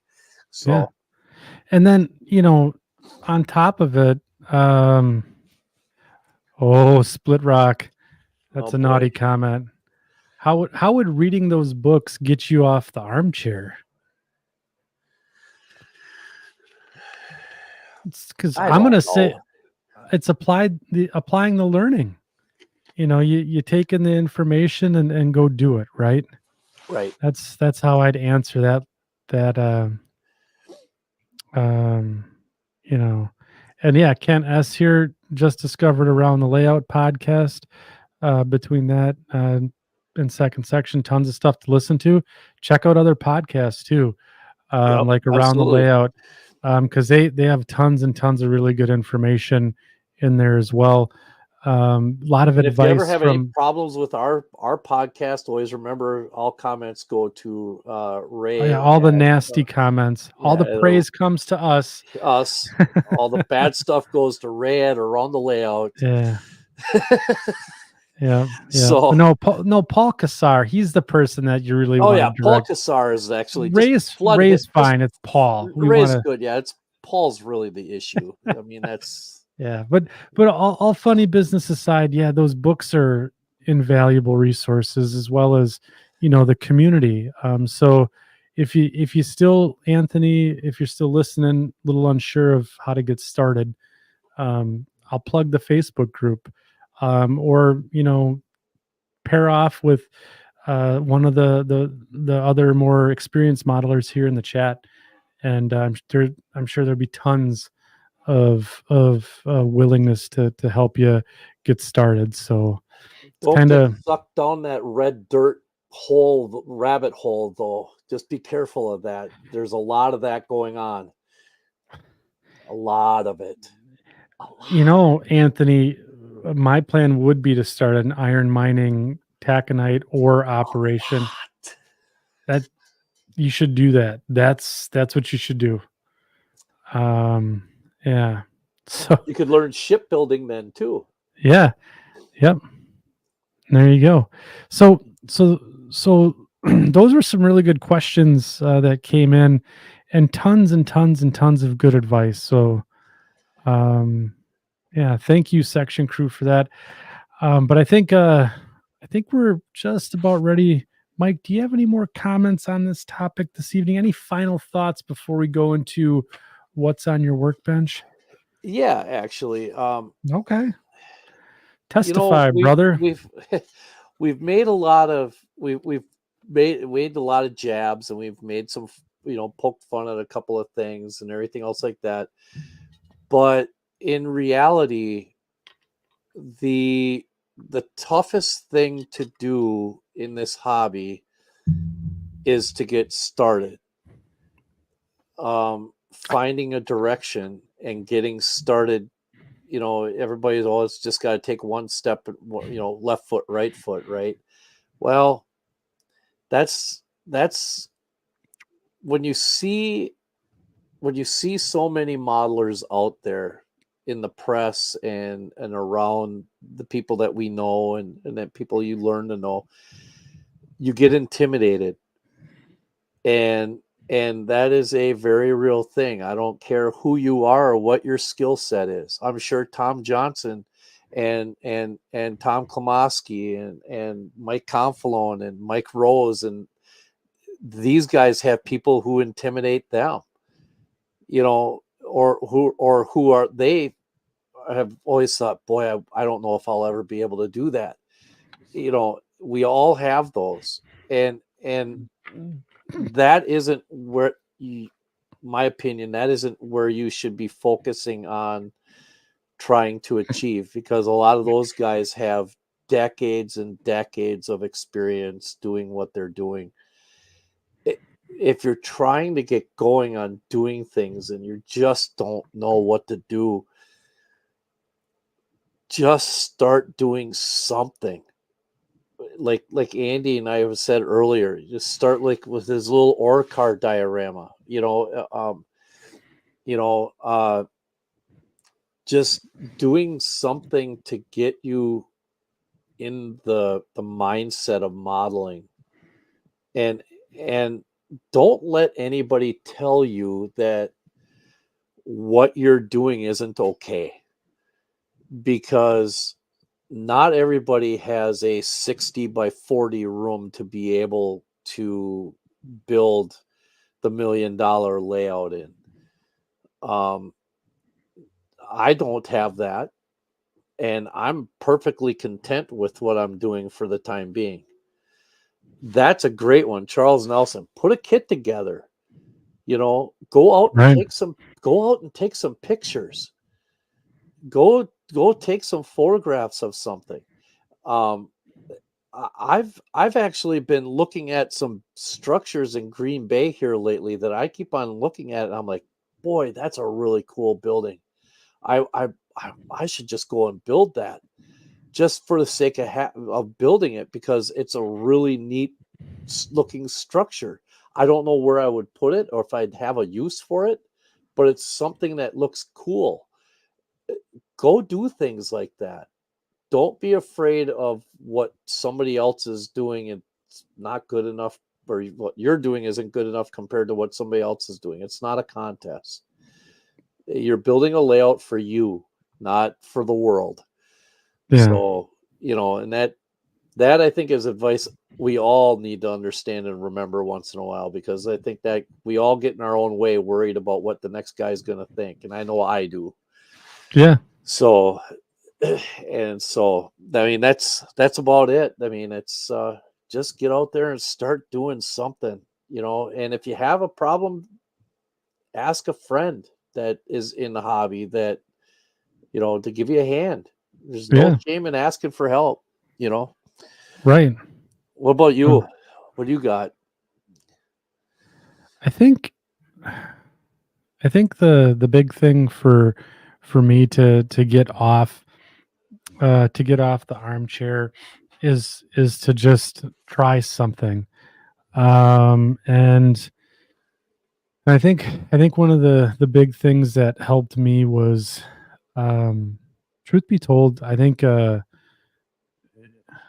was the community and the encouragement, right? So, um, granted, yes, you do have to take your own first step out there, but I remember when I first got rolling, like Split Rock was one of the first people that reached out and said, "Hey, this is good start. You're on your way," and and gave me some advice and on red dirt and those types of things. And I think having not being afraid to ask questions to also get started is a big um, I guess a way to get off the armchair, so to speak. So Yeah. get out there, ask questions, find a buddy.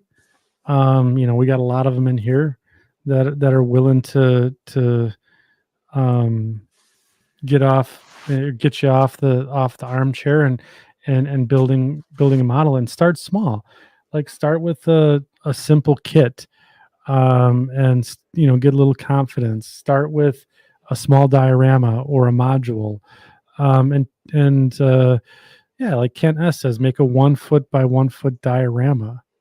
Yeah. um you know and We kind of and talked and about that the last show too. yeah, and AJ's got a great point. Grab your armchair, drag it over to the dining room table, and now you can model in your armchair. But basically That's actually a good do idea. something, right? you know and yeah, Split Rock's just paint it forward, right? Always willing to answer questions or help you find an answer. He's had so many people help him. So yeah, I think that's the big thing. The the my buddy, the weird creepy doll from the 80s, right? That my Oh buddy my and God. me. Oh Remember that? jeez. Yeah. But pretty much, right? I mean, and then Jeez. the kid sister's all right too. And I think and Sue's second sub's got a good one here.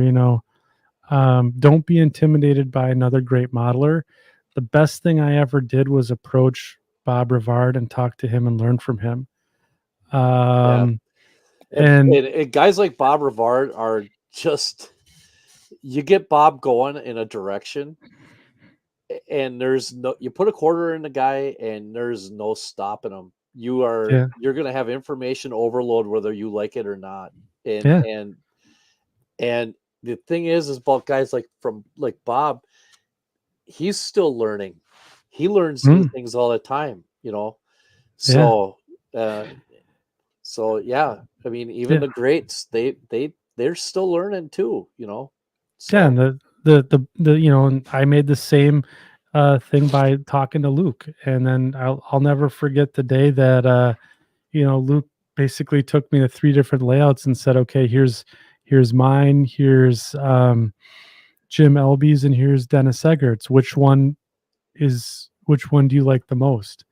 And kind of pick that lane. So having a friend can kind of help you, kind of figure out what you want, help you get off the armchair, help you get the process started. So, I think for me, that's the biggest thing. Don't be afraid to ask for help. Don't be afraid to be part of the community. So, You betcha. yeah. All right. So, anyways, I think that was a really good topic and a lot of great engagement from the section crew. But I think we should see what people are actually doing, what they're actually modeling, right? That's a good idea. All right. That's enough So of us. Let's talk that's about them for a while. yeah, I've had it. I've had it up to It's here time with for me. it's time for Andy's public humiliation and public reading. So yeah, so what we'll do here is we'll take our first commercial break here at almost the 2-hour mark as we set into our last segment for the evening, which is What's on Your Workbench.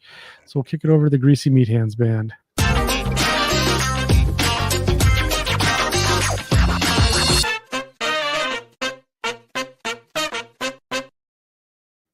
All right, section crew, it is time for What's on Your Workbench. This is where we post a picture in our Facebook group, Second Section Podcast, and ask you to show us what's on your workbench. And Mike and I will have some good-hearted commentary, and we will don at the end of it all the winner of the workbench of the week. And on the line tonight, the winner take all is either a second section t-shirt or coffee mug or merch of your desires. So some swag from the second section store is on the line tonight. Can I go change cameras so that way I can show mine? Because I want some of that stuff. You're excluded. Employees of the Second Section Podcast are not eligible to win. We're getting paid for this? I thought we had to pay in. Oh. Yeah. Oh, yeah. Yeah. All right. Yeah. All right. So what I'm going to do here is we're going to hit the refresh button on the old Facebook group. And again, this is fun because we get to look at the Facebook page here, see what everyone's done, and then Andy gets to read publicly, which is always a challenge and fun thing to do. So let's get started here on, let's see. Okay, so what's on your workbench here? This is my workbench slash stand that I put my podcast equipment on. So this is the remnants of what was Pine River Wood Products going here, but let's get to everyone else here. We're gonna switch from top comments to all comments. 72 comments this evening. All right, so we are going to start with Andy Lavergetta. Hey, I have something for this. This is my second decent quality HO locomotive, and I'm getting DCC added to it while repainting it and doing a light weather. Needed new windows and headlight lenses, so I'm using the dummy loco stuff. I need to find where to put all this stuff inside and find the time to do all this. My workbench is currently a table I've set up in my living room. Ooh, it's got the remote there. Could be watching the Second Section Podcast. Yeah. He's got a little switcher here. I like that little Conrail switch job. It's pretty good. Let's see if I can click over here. It's a good start. All right. Let's see. Here we go. Joseph Ginto recently took this Tangent PRR gondola and transformed it into a Conrail patched X Pen Central.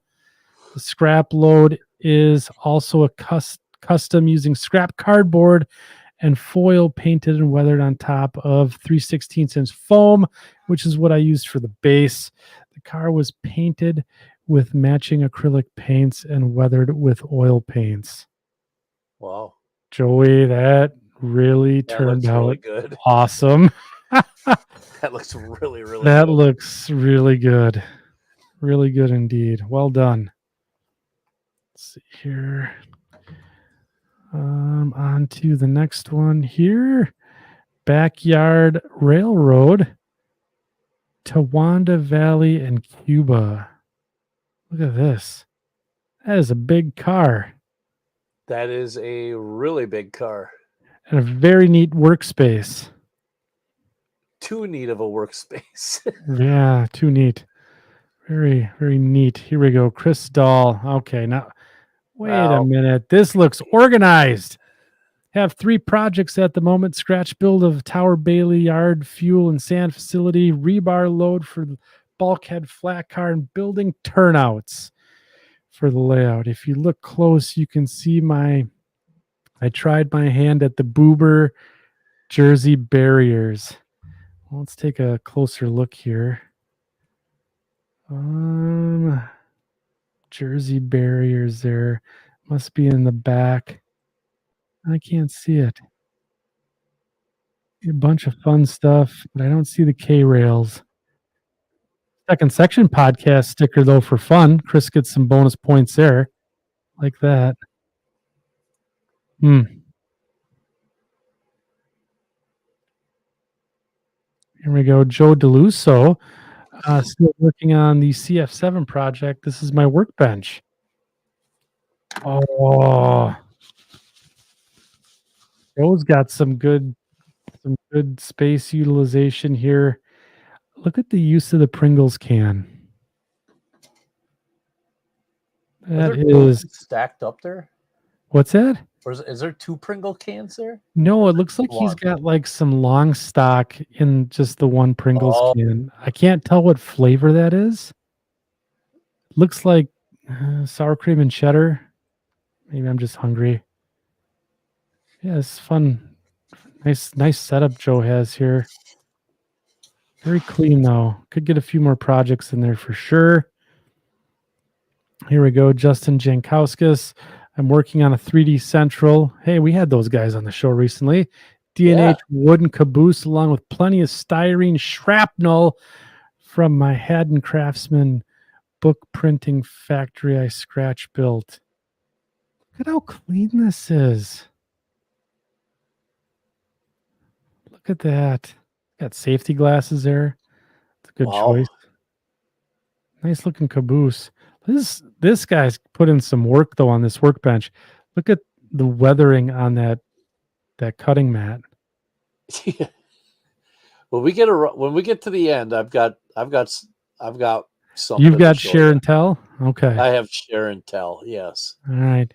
Daniel LeDuc, starting to build a gravel ballast platform for the passenger trains and crew change in front of the Caso Station in St. Thomas, Ontario. Look at how organized he is. What is with everybody being organized? I don't get it. Is it like an opposite time? Well, spring cleaning, maybe. Oh, yeah. Good point. Yeah. Glass of orange juice, though. That's a good start. Yeah. Yep. Yeah, this looks good here.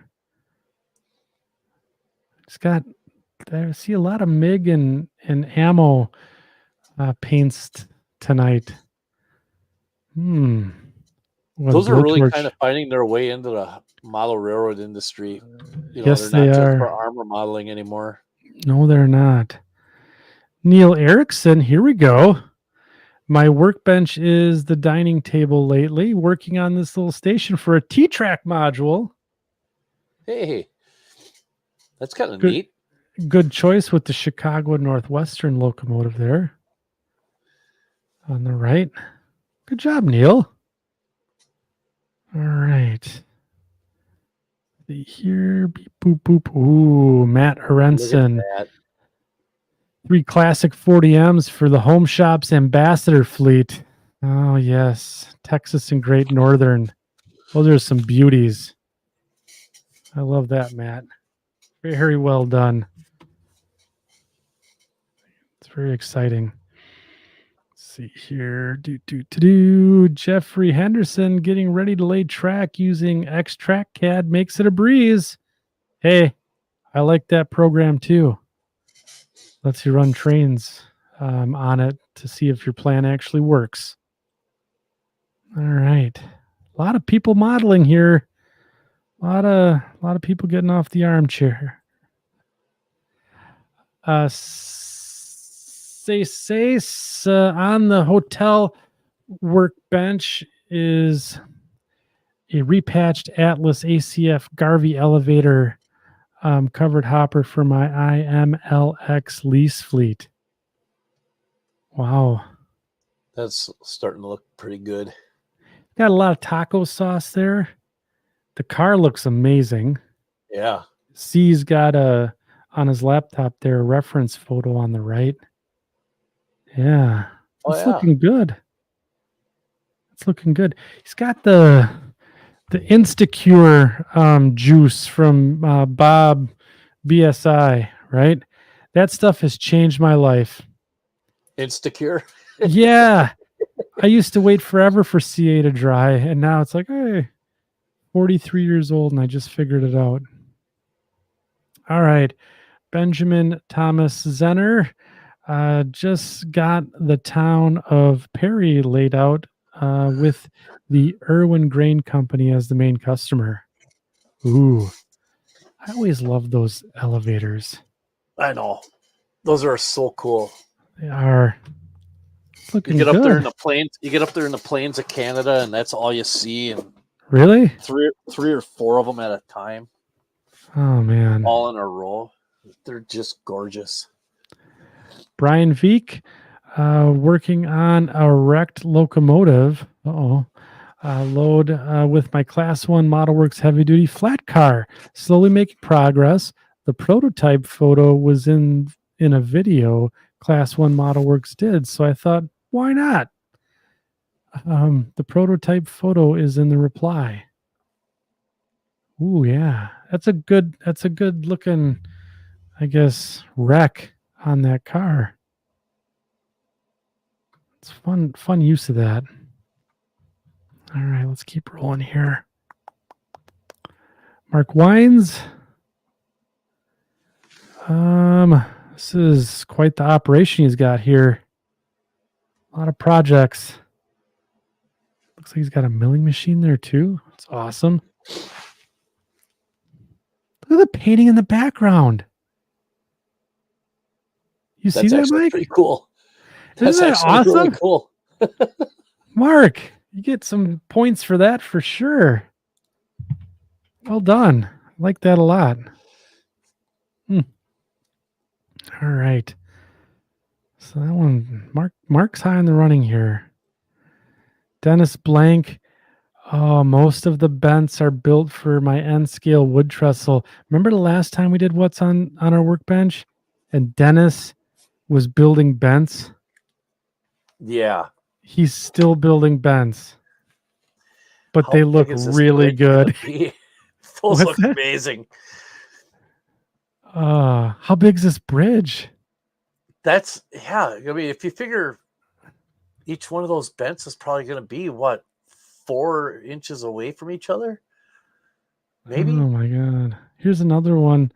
Currently figuring out where most of the building will go. Look at this roundhouse he's putting together here. Scratch built turntable and roundhouse. Wow. Ooh, that's something else there. All right, here we go. Kinzer Hurt working on a Hartwell Railroad 1973. Looks like an ex-Conrail unit. That looks Getting awesome. Grimified. Let's see here. SpaghettiOs. Went too far. Oh, boy. Yep. I blew it. Oh, Here we go. There Found we go. it. Mike Shanky. On my workbench is a chunk of what could be the new layout. This would be the Hartford scene where Sioux Line 1003 is kept. Haven't done any other projects as a new layout build is getting closer and closer. I have to go see 2 layouts yet. to get a feel of what I would want to do. Just like I was talking about earlier with Luke, before I would like to jump in. I'm hoping sometime in May the layout will come down. Hopefully, there are a few volunteers that want to help smash the layout. Question: what is the going rate for demolishing a layout? Does pizza and soda and adult beverages cover? Mike Ostertag. Just give me a sledgehammer, dude. Sawzall. Yeah. Yep. 15 minutes. We got that thing down. You know what, Mike? Yeah, I'll volunteer too. I only live like 20 miles away, so couple of Coke Classics, all we need. Here we go. Greg Gay. Many projects need finishing. Working on a wrecker body I picked up from Evil Bay. Oh yeah. Well, that Matt's seen a model or two too. Yeah, certainly has. Look at the caterpillar he's got there on the left. That thing looks cool. Yeah. Some pretty cool stickers in the background there. I see I Spy a Crossing Gate podcast around the layout. Second section. All right. Looking good. I think Greg's won the workbench of the week before, if I'm not mistaken. All right. Here, Peter Moyle. Greetings all. For the last few weeks, I've been working on different pieces of equipment for the Garnet Sand Mine on my layout. I have almost finished cutting down a dozen 3-bay covered hoppers to be 2-bay covered or 2-bay sand hoppers. I kit bashed a cement plant to be a sand loading silo for the covered hoppers. I'm putting together a few small structures and heavy equipment to populate the mine site. Oh my giddy Ann. Look at this. Wow. Taco sauce abounds. Look how many projects he's got on this workbench. Peter, this is a really good entry. His name's going on the list. Yeah, okay, good. I really like this one. A lot of good projects here. Use of the vertical. Yeah, that's good. That is really good. Here we go. Jared Monsman. Looks like we're doing these are some tunnel portals. That looks really good. I like how he did the base coat there and he's highlighting with the light gray. That's good. I'm going to guess he made them out of foam.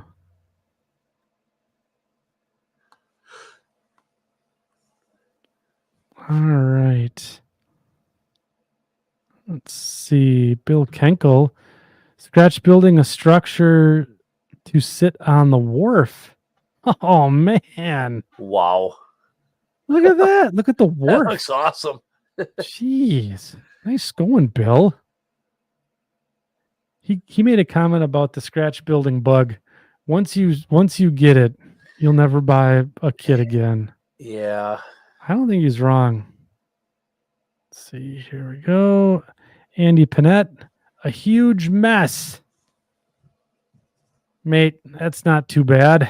That's not that huge. I do like the structure that you're building here on the left. It looks like it's turning out pretty good. But we could get at least a couple more projects here in the middle, I think. Yeah, and there's some use of the vertical in the back. Yeah. Good entry, Andy. But yeah, it's not too bad of a mess. You're all right. Okay.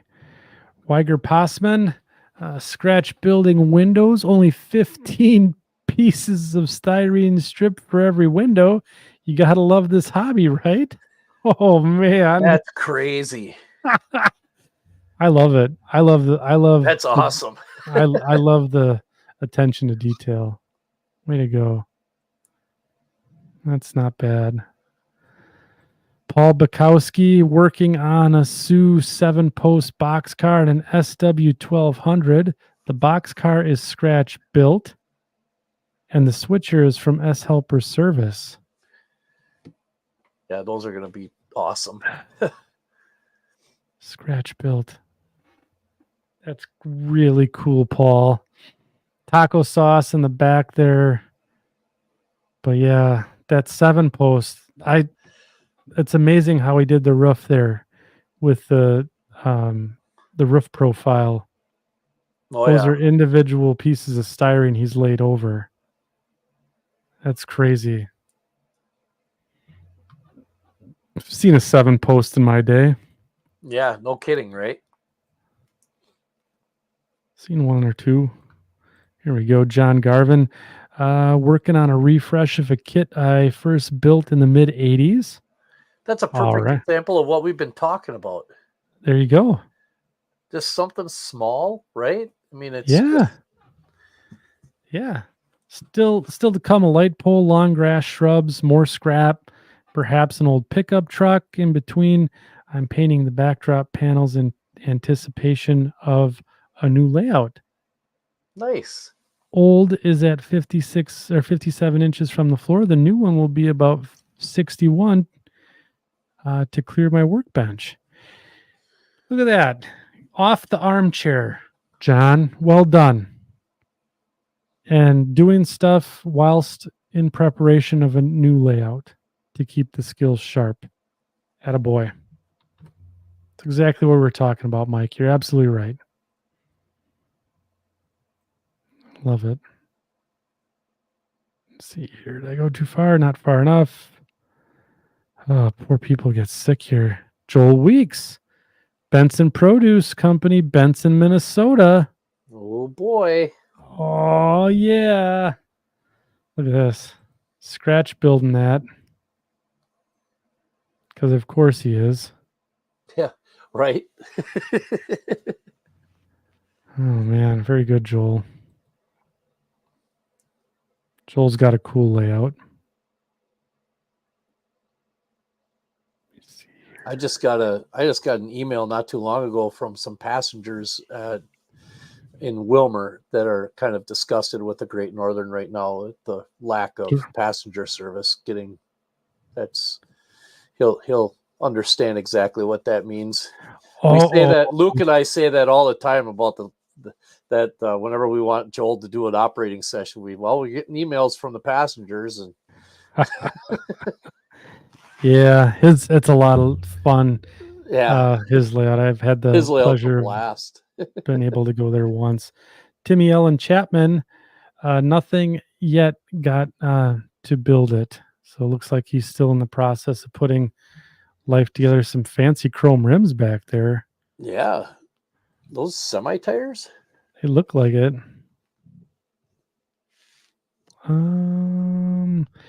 Robert Pettit, continue working on some CMRI circuit boards for a friend. This is an SMC 12 board for 12 tortoises.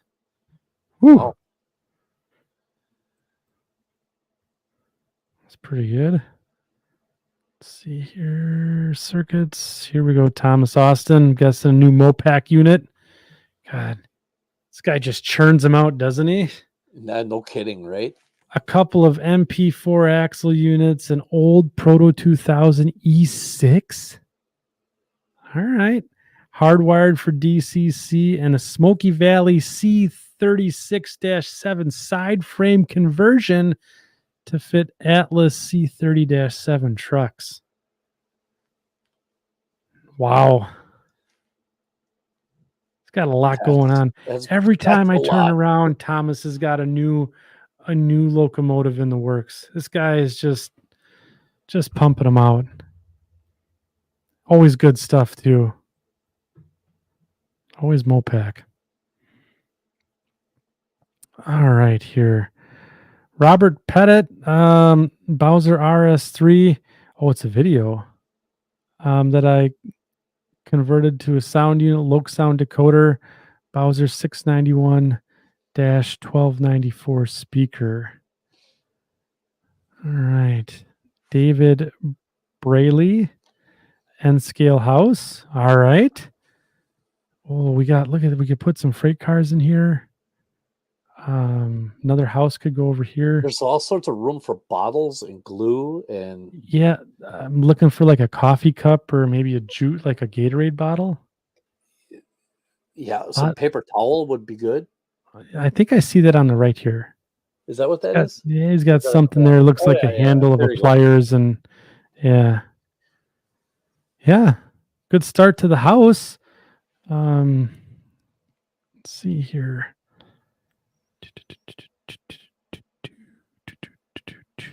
Hey, hey. Oh boy, here we go. So CA Fane.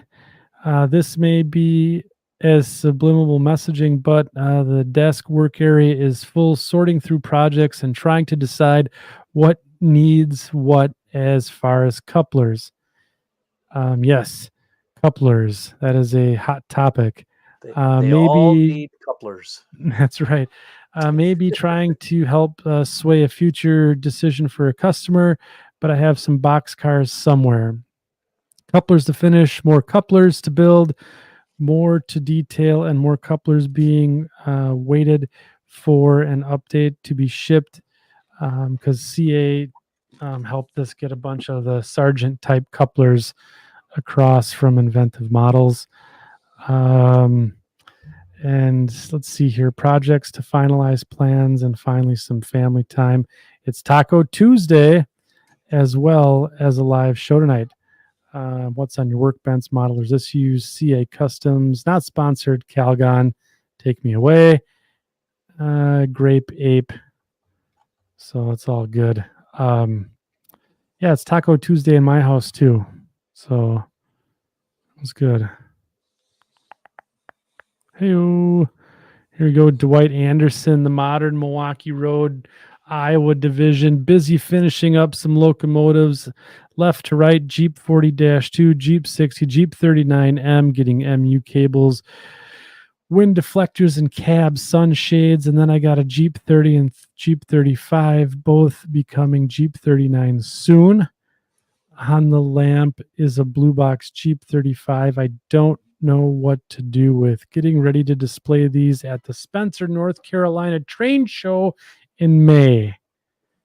Oh, that one. If it's a modern Milwaukee Road, that Yeah. Jeep 35 on the lamp could be a slug unit. Ooh. Turn it into a Milwaukee Road slug unit. Now, I'm Milwaukee Road purist, but if he's doing modern stuff, he's taking a page away from the BN with the 39M thing for the 30s and the 35s. Why not turn the other 35 into a slug to match up with those two? Just saying. Have a little 3-unit set right there. Just a thought. Boy, sounds like you had that one locked and loaded. Well, if it's modern, they wouldn't have been around for much else of anything else. So Yeah, I suppose you're right. It's very good work, Dwight. that I always love seeing what he comes up with. Oh yeah. Different types of units he puts together. Let's see here on the way down. Hey, yo, right here, Greg Terhar. Oh my goodness. Paint. It's amazing. Look at that. We got to go in for a closer look. Oh yeah, look at this. Look at this. He's got a paint rack. And Yeah. like looks like a Badger. Yeah, it's a Badger paint rack. I'd give my left foot for one of these. Oh man. Look at this little green mug. That's cute. Boy, I think we need to put Greg on the list here. Second section sticker there in the middle. That's a bonus point. Yep, he's on the list. He's on the list. Looks like I see part of the layout over here in the corner too. Look at all the flow quill. I think that's flow quill, right? Maybe not. Can't tell. We're gonna need some clarification from Greg. Seeing around the layout sticker there too. That's pretty good. Like that. That's pretty good use. The green cup though. That's intriguing. And the Badger rack. That's frustrating. I want one so bad. Just have that slogged full of paint. All right. Tim Hamilton, not quite my workbench, but trackside scenery, dual track N scale helix, 6.5 loops, 14-inch rise. Yeah, it doesn't look too shabby, Tim. Wow, that looks awesome. You'll have to let us know how that worked out. I know that Joey Ricard from tracksideScenery.com has been doing these really super lightweight helix kits. To let us know how they turn out. Could be a good alternative to the plywood behemoths that we all build. All right, down, dun, dun, dun, dun. Brian Everett, not much, just redoing my workshop. Very important to get it right. Good luck. Right. See, we got some good cabinets to start with, so good progress there. All right, let's see down here, past this, over here. All right, Lloyd Robertson. Here we go. Oh no. Oh yeah. At this point, I think it would be easier to call it what's not on my workbench. He made it wide angle. Look at this. Oh, it's so good. Gotta look at this. We got the torch fuel. There's an old Hooker tank car in here. It's like some sort of green and yellow locomotive there.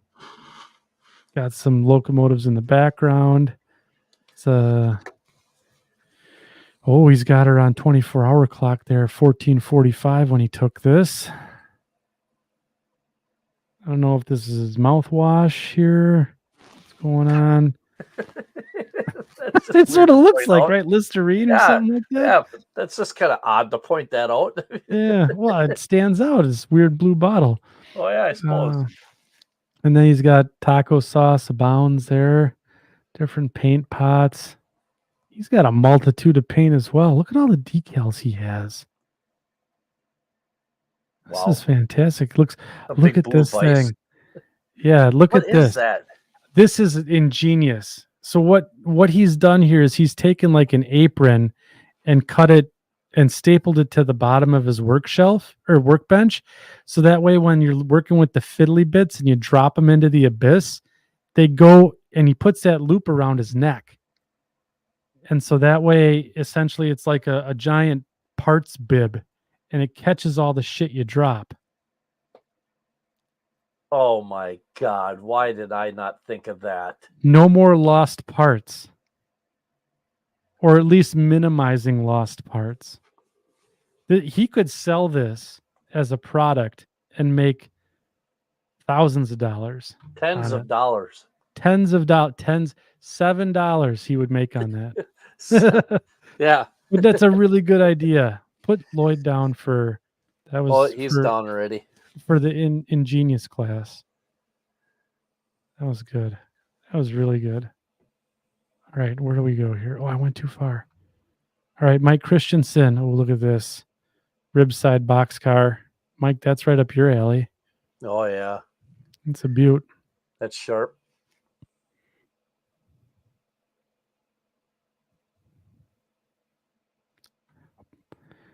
And then there's the rest of the workbench. He teases us with this beautiful caboose and then whammo. Look at how he's using the vertical. Wow. Boy, we're really ending strong here on what's on your workbench. Oh, man. He's even got floor. He's employing the floor. Mike. Taco sauce.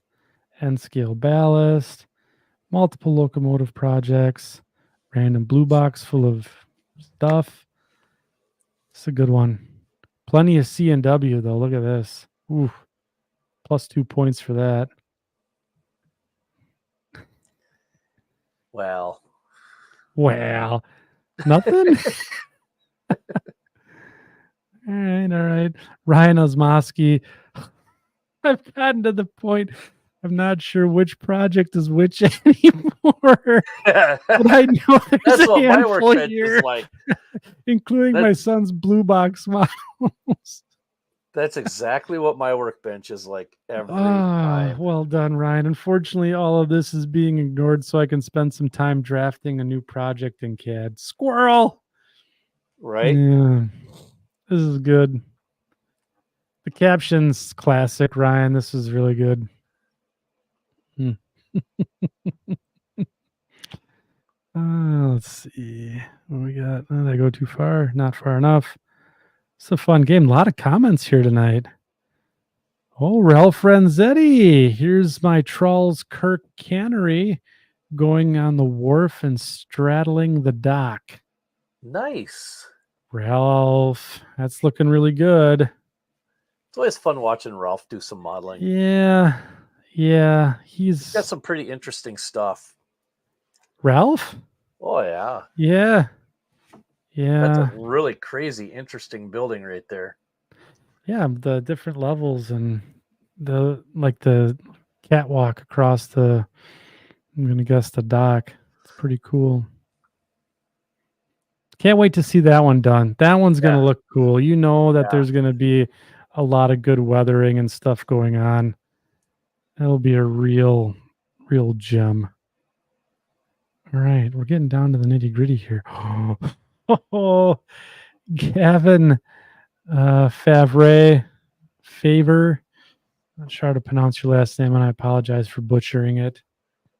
First time entering and what's on your workbench? I hope I'm worthy.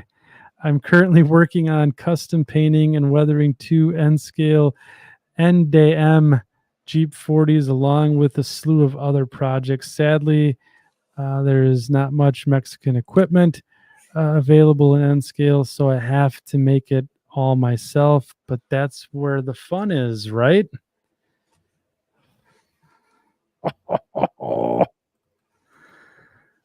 This is some good work here, Gavin. You like working in N scale though. We could get a handful of more projects in here. Like 10. At least 10 more locomotives. I do appreciate the spent like Q-tips or the cotton swabs here that Yeah. you're doing for the weathering. I do appreciate that and how they're just littered about the workbench. That's good. I love the random bottles of acrylic. Good use of look at this solo cup here, full of brushes. This is the way God intended a workbench to be. Buckets of paint. Yeah, this is good. This is really good. All right. Boy, we're getting down to the wire here. Ralph, we only got a few left. Yeah. Wayne Dennis here. Crescent Railroader. Ooh, Mid-Southern CUT Railroader projects. It's looking good. Looks like a clean workbench, though. Yeah. Oh, I went too far. David Piercy adding row upon the shingles. Oh my! Just look at this church. You know, when I built On the that biggest roof depot, I've ever. Yeah, doing those shingles like that takes a lot of patience to do well, it's those and he's shingles. doing it in the valley here. Oh, Yeah. Just imagine if you actually had to like roof that no in real thanks. life. No, I'm good. I don't want to put on any more roofs in my lifetime. Jim Rent, my custom lasered interurban depots in 3 scales N, H, O, and O. Sorry, the boxes are covering the podcast stickers on my tool bin. Jim, looking good. That's looking good. Rinse Relics. I'm telling Yep. you, he's got some really cool stuff. Hashtag not sponsored. Make sure you check him out if you need any lasering done.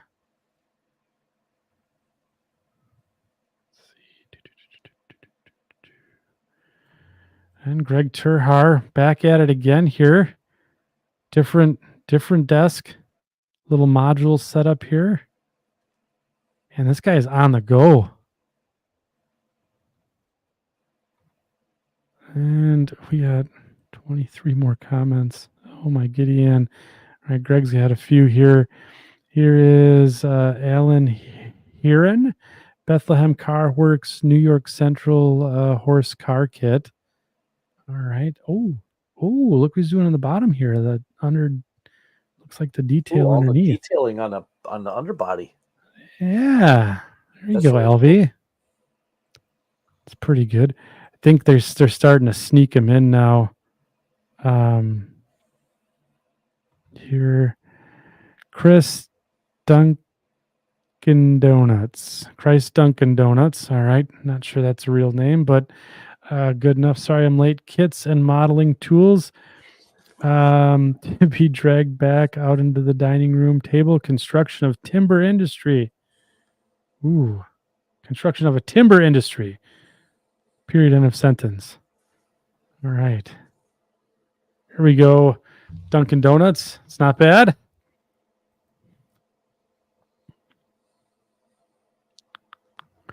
Bob Rivard. Here we go. Almost finished the Cato SD40 that Luke gave me last week. Because why would you let dust get on it? Right? Yeah. Yeah. Well, Luke and I were over there last week for that modelers retreat, which was awesome. Yeah. We actually made a joke that the day Luke gave it to him, the next day Bob would have it painted. Yeah. It didn't quite work out that way, but it's looking good. Yeah, it is. It just I saw pictures of it on Luke's Sue Second subgroup, and I'm like, oh my gosh, no moss grows on the Rolling Stone. That's for sure.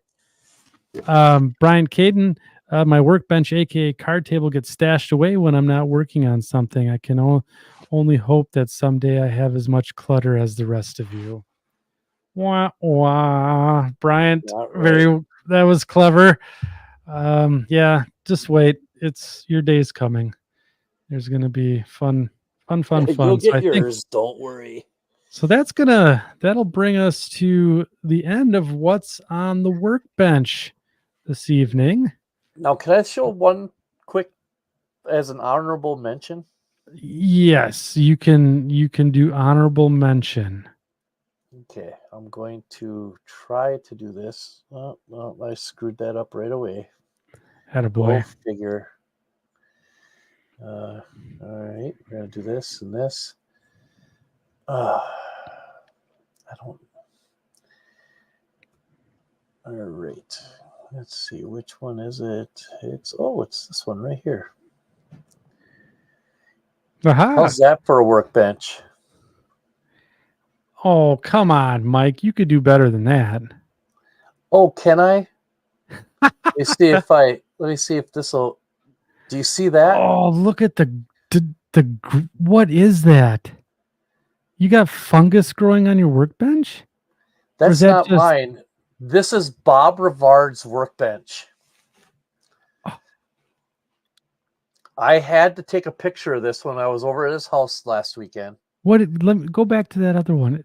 Is that It just like paint it buildup?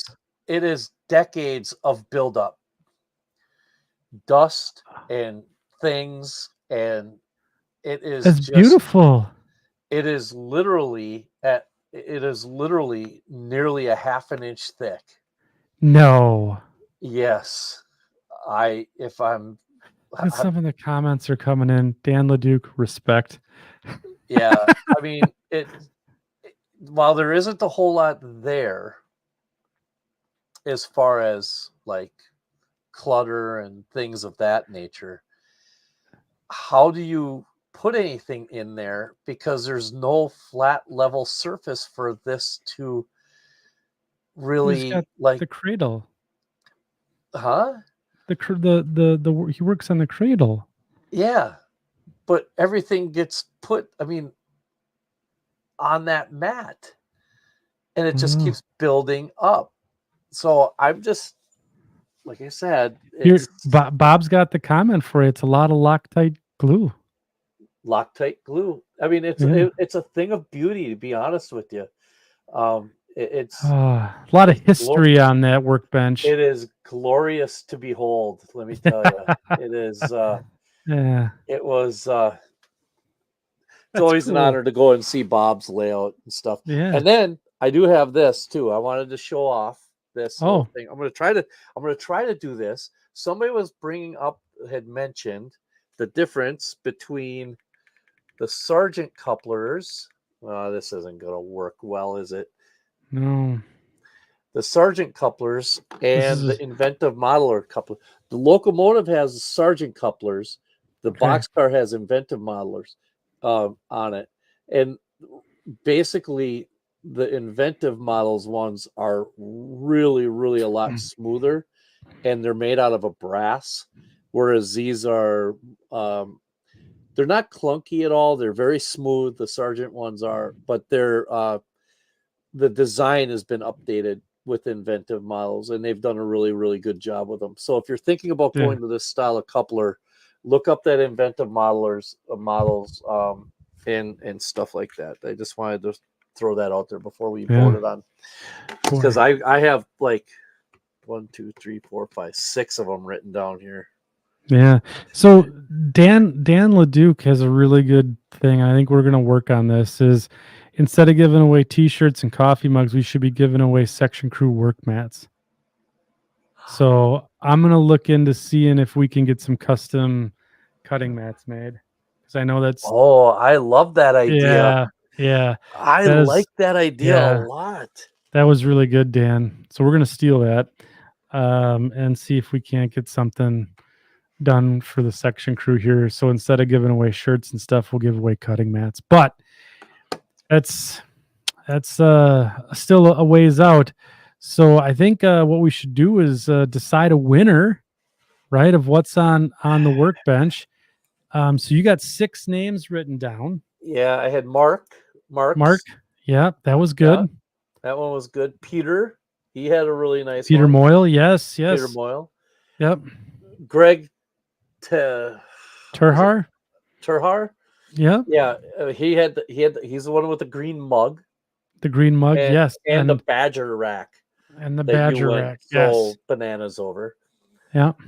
Lloyd Robertson, Mm. his was he was the one that had the panoramic view, correct? Yes, yeah, and then he had the apron, Yeah, the apron. the parts catcher. Yeah, I've got that Gavin Favre. Favre. Yes, His yes, was really good. And then yeah, also have Mike. Was his last name Christensen? yes. Yeah, his was really nice too. I I'm leaning really heavy towards Lloyd. It's between Lloyd and Greg, to be honest with you. Hmm. I know you're gonna say something different, aren't you? No, no, those are all the ones that I was thinking about as well. I think we're gonna have to tip the hat to Lloyd. I think so too. The The parts, the apron thing. apron thing, that Yeah, was those yeah, yeah, we're gonna have to do that. So Lloyd Robertson, congratulations. You are the What's on Your Workbench winner of the show. So send me a personal message or an email at second section podcast at gmail.com. We'll get your contact information and get you some sweet second section merch that you can brandish on your workbench. So congratulations. So yeah, so fun show tonight. Different topic. Another Mike and Andy therapy session again. But I think it was really telling of the comments in the section crew, all the people that stuck around, and it was a you could tell that there was a positive note, right? That yeah, we're encouraged. All of us are encouraging each other, and it's not saying, "Hey, you're a bad person because we put this label on you." It's no, we want to help you get in the game. because you want to, and we're here to help. So I thought it was a really, really good show this evening. Um, any final comments before we adjourn for this evening? I don't have any. I really appreciate. I guess I appreciate everybody kind of being encouraging about me starting to make a list. Yeah, I thought That's that was something really cool. I actually never thought about doing that because I always keep my lists up here, and inevitably, if it's anything like when I go grocery shopping, and there's always something I forget. So I mean, it's probably best that I write it down. And it. There's no shame in doing that. That's for sure. But Yeah, I thought it was a great show, to be honest with you. I thought it was. Uh, and it's always interesting to see when you bring up topics like this exactly where the mindset of the community is, and it seems as if that there was a lot of people with the same kind of sentiments tonight. You know what I mean? yeah, A lot of positivity, that's for sure. yeah. Okay, so we have a question here, very important question from Turbo 14. Any short line of the week updates? So, Mike, that's your world. Where are we next? We're going to be in New Jersey. New Jersey. Okay. Yeah, New I know we've been Jersey. getting a lot of questions about that. Yeah. So I've got to New Jersey's next. I got to get working on that. Okay. So hopefully in the next show or two that'll be all done. Same with I got to start working on that new lots. Hmm. Uh, uh, One other little piece of housekeeping. Are we doing housekeeping? We're doing housekeeping. Let's clean house. It's Um, spring cleaning time. oh, thank you very much, AJ. I appreciate that. Yeah. Next weekend, I will be in Denver, Colorado at the Rocky Mountain Train Show. Rocky Um, Mountain High. please don't do that again. Uh,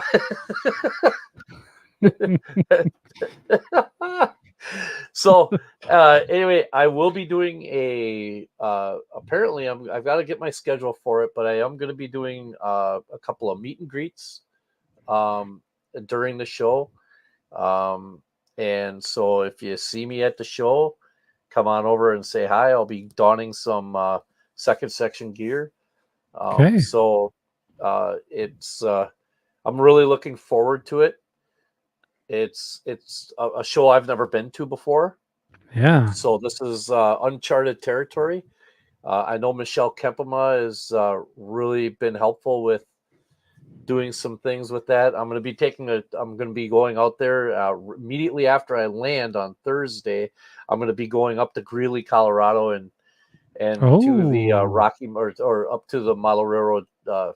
Museum and talking with her. Haven't exactly figured out if I'm going to do an actual interview with her or if I'm just going to kind of Just hang out. hang out and do that kind of stuff. You and I got to kind of talk about that and see what we want Yeah. to do with that. Yeah. So, because she's one of the people I think that's putting on this, helping put on the show. And she's like crazy busy with stuff. So, Yeah. Right. Right. I don't want to suck up any undue time Yeah. that she has for doing other stuff. So, but yeah, if you're up in Denver at the Rocky Mountain Train Show, come see me. I'll have a full report when I come back. Matter of fact, Matter of I fact. think I think that Tuesday. Let me just check. That is the Tuesday. No, we actually record a podcast. Do we have a podcast next week? We can, yes. Otherwise, our next scheduled one is the 16th with Mike Rose. Yeah, He's I coming mean, back. I've got it down here that we have one next week, but Yeah. whether we do or don't, that's a Maybe, different story. yeah. Otherwise, we could maybe slide that one out to Saturday and do a brew with the crew. I'll be in Colorado on Saturday. No, no, no, no. Next Saturday. The Oh, the 9th or whatever, the 7th, 6th. yeah, I'll be in Denver. When are you going to Denver? Wait, not this weekend, next weekend. Yeah, Maybe next maybe weekend. we'll We'll put a pin figure it in the out. second. Yeah, we'll put a pin in that one.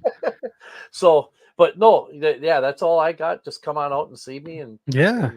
and that'll be it. I wish Andy was coming, but he's got some other necessities that need to be I got taken care life of. that I need Yeah, to attend to back he here, has to. unfortunately. He has to adult. I have to be an So, adult, yeah, which is unfortunate. But that doesn't let all the fans off the hook. I will be out at the St. Louis RPM here this summer in the end of yeah, July. So that's going to be a hoot and a half. So I'll be there for that. And then Train Fest again in the fall. I'll be there for that yep, here in Milwaukee. And I think we'll do a couple other things. But there's going to be on our next show a fairly big announcement on the heels of. Um, of kind of what we talked about here, we're gonna probably do some sort of. I think Mike and I talked about a potential contest of sorts. yep, So we're gonna do a like a modeling contest here, and I think what we're gonna do is we're not gonna judge or grade any of the entries. However, the models that or layout or thing that you build will get you into drawings for prizes, kind of like a door prize when you go to the RPM or something of that nature. Yeah, so it'll be a fun thing, and we'll be working with our friends at Engine House Services to help us with some sweet stuff to have for the show. So yeah, swimsuit modeling. Sorry, AJ. No, nothing like that. no, Unfortunately, you don't want to see me in a swimsuit. It's bad news. So we're gonna get some rules together around that, and then yeah, we're gonna take Dan Leduc's suggestion to heart here about getting custom mats done. It sounds like something that's very fun and that sounds fitting. awesome. And I've seen them done before for the Army modelers or military guys. So see if we can't get something sorted out on our end. But yeah, anyways, I had a really good time tonight as well. So make sure you guys check out Mike at Rocky Mountain if you're in the neighborhood. And then if you guys haven't subscribed to the channel, make sure you do so. Helps us out a lot. And then Ralph's asking us, would you guys like to host the Down and Dirty Weathering contest? I think that's like a Ron's Trains and Things type of thing. So we don't want to steal that from him, but maybe we can do something along those lines, Ralph, or maybe even like a make and take type clinic or something with you. Maybe get you back on the show and help us out with that. So yeah, so anyways, Mike and I'll work out the details on the contest that's going to be coming up here, and then he's going to be flying out here. I know we got the holiday coming up, and Yep. then we're all squared away. We'll talk about next Tuesday, but yeah, it was a fun show tonight. Thanks to Section Crew, and then we'll talk to you guys in a week. Have a good night, everyone. Night. See ya.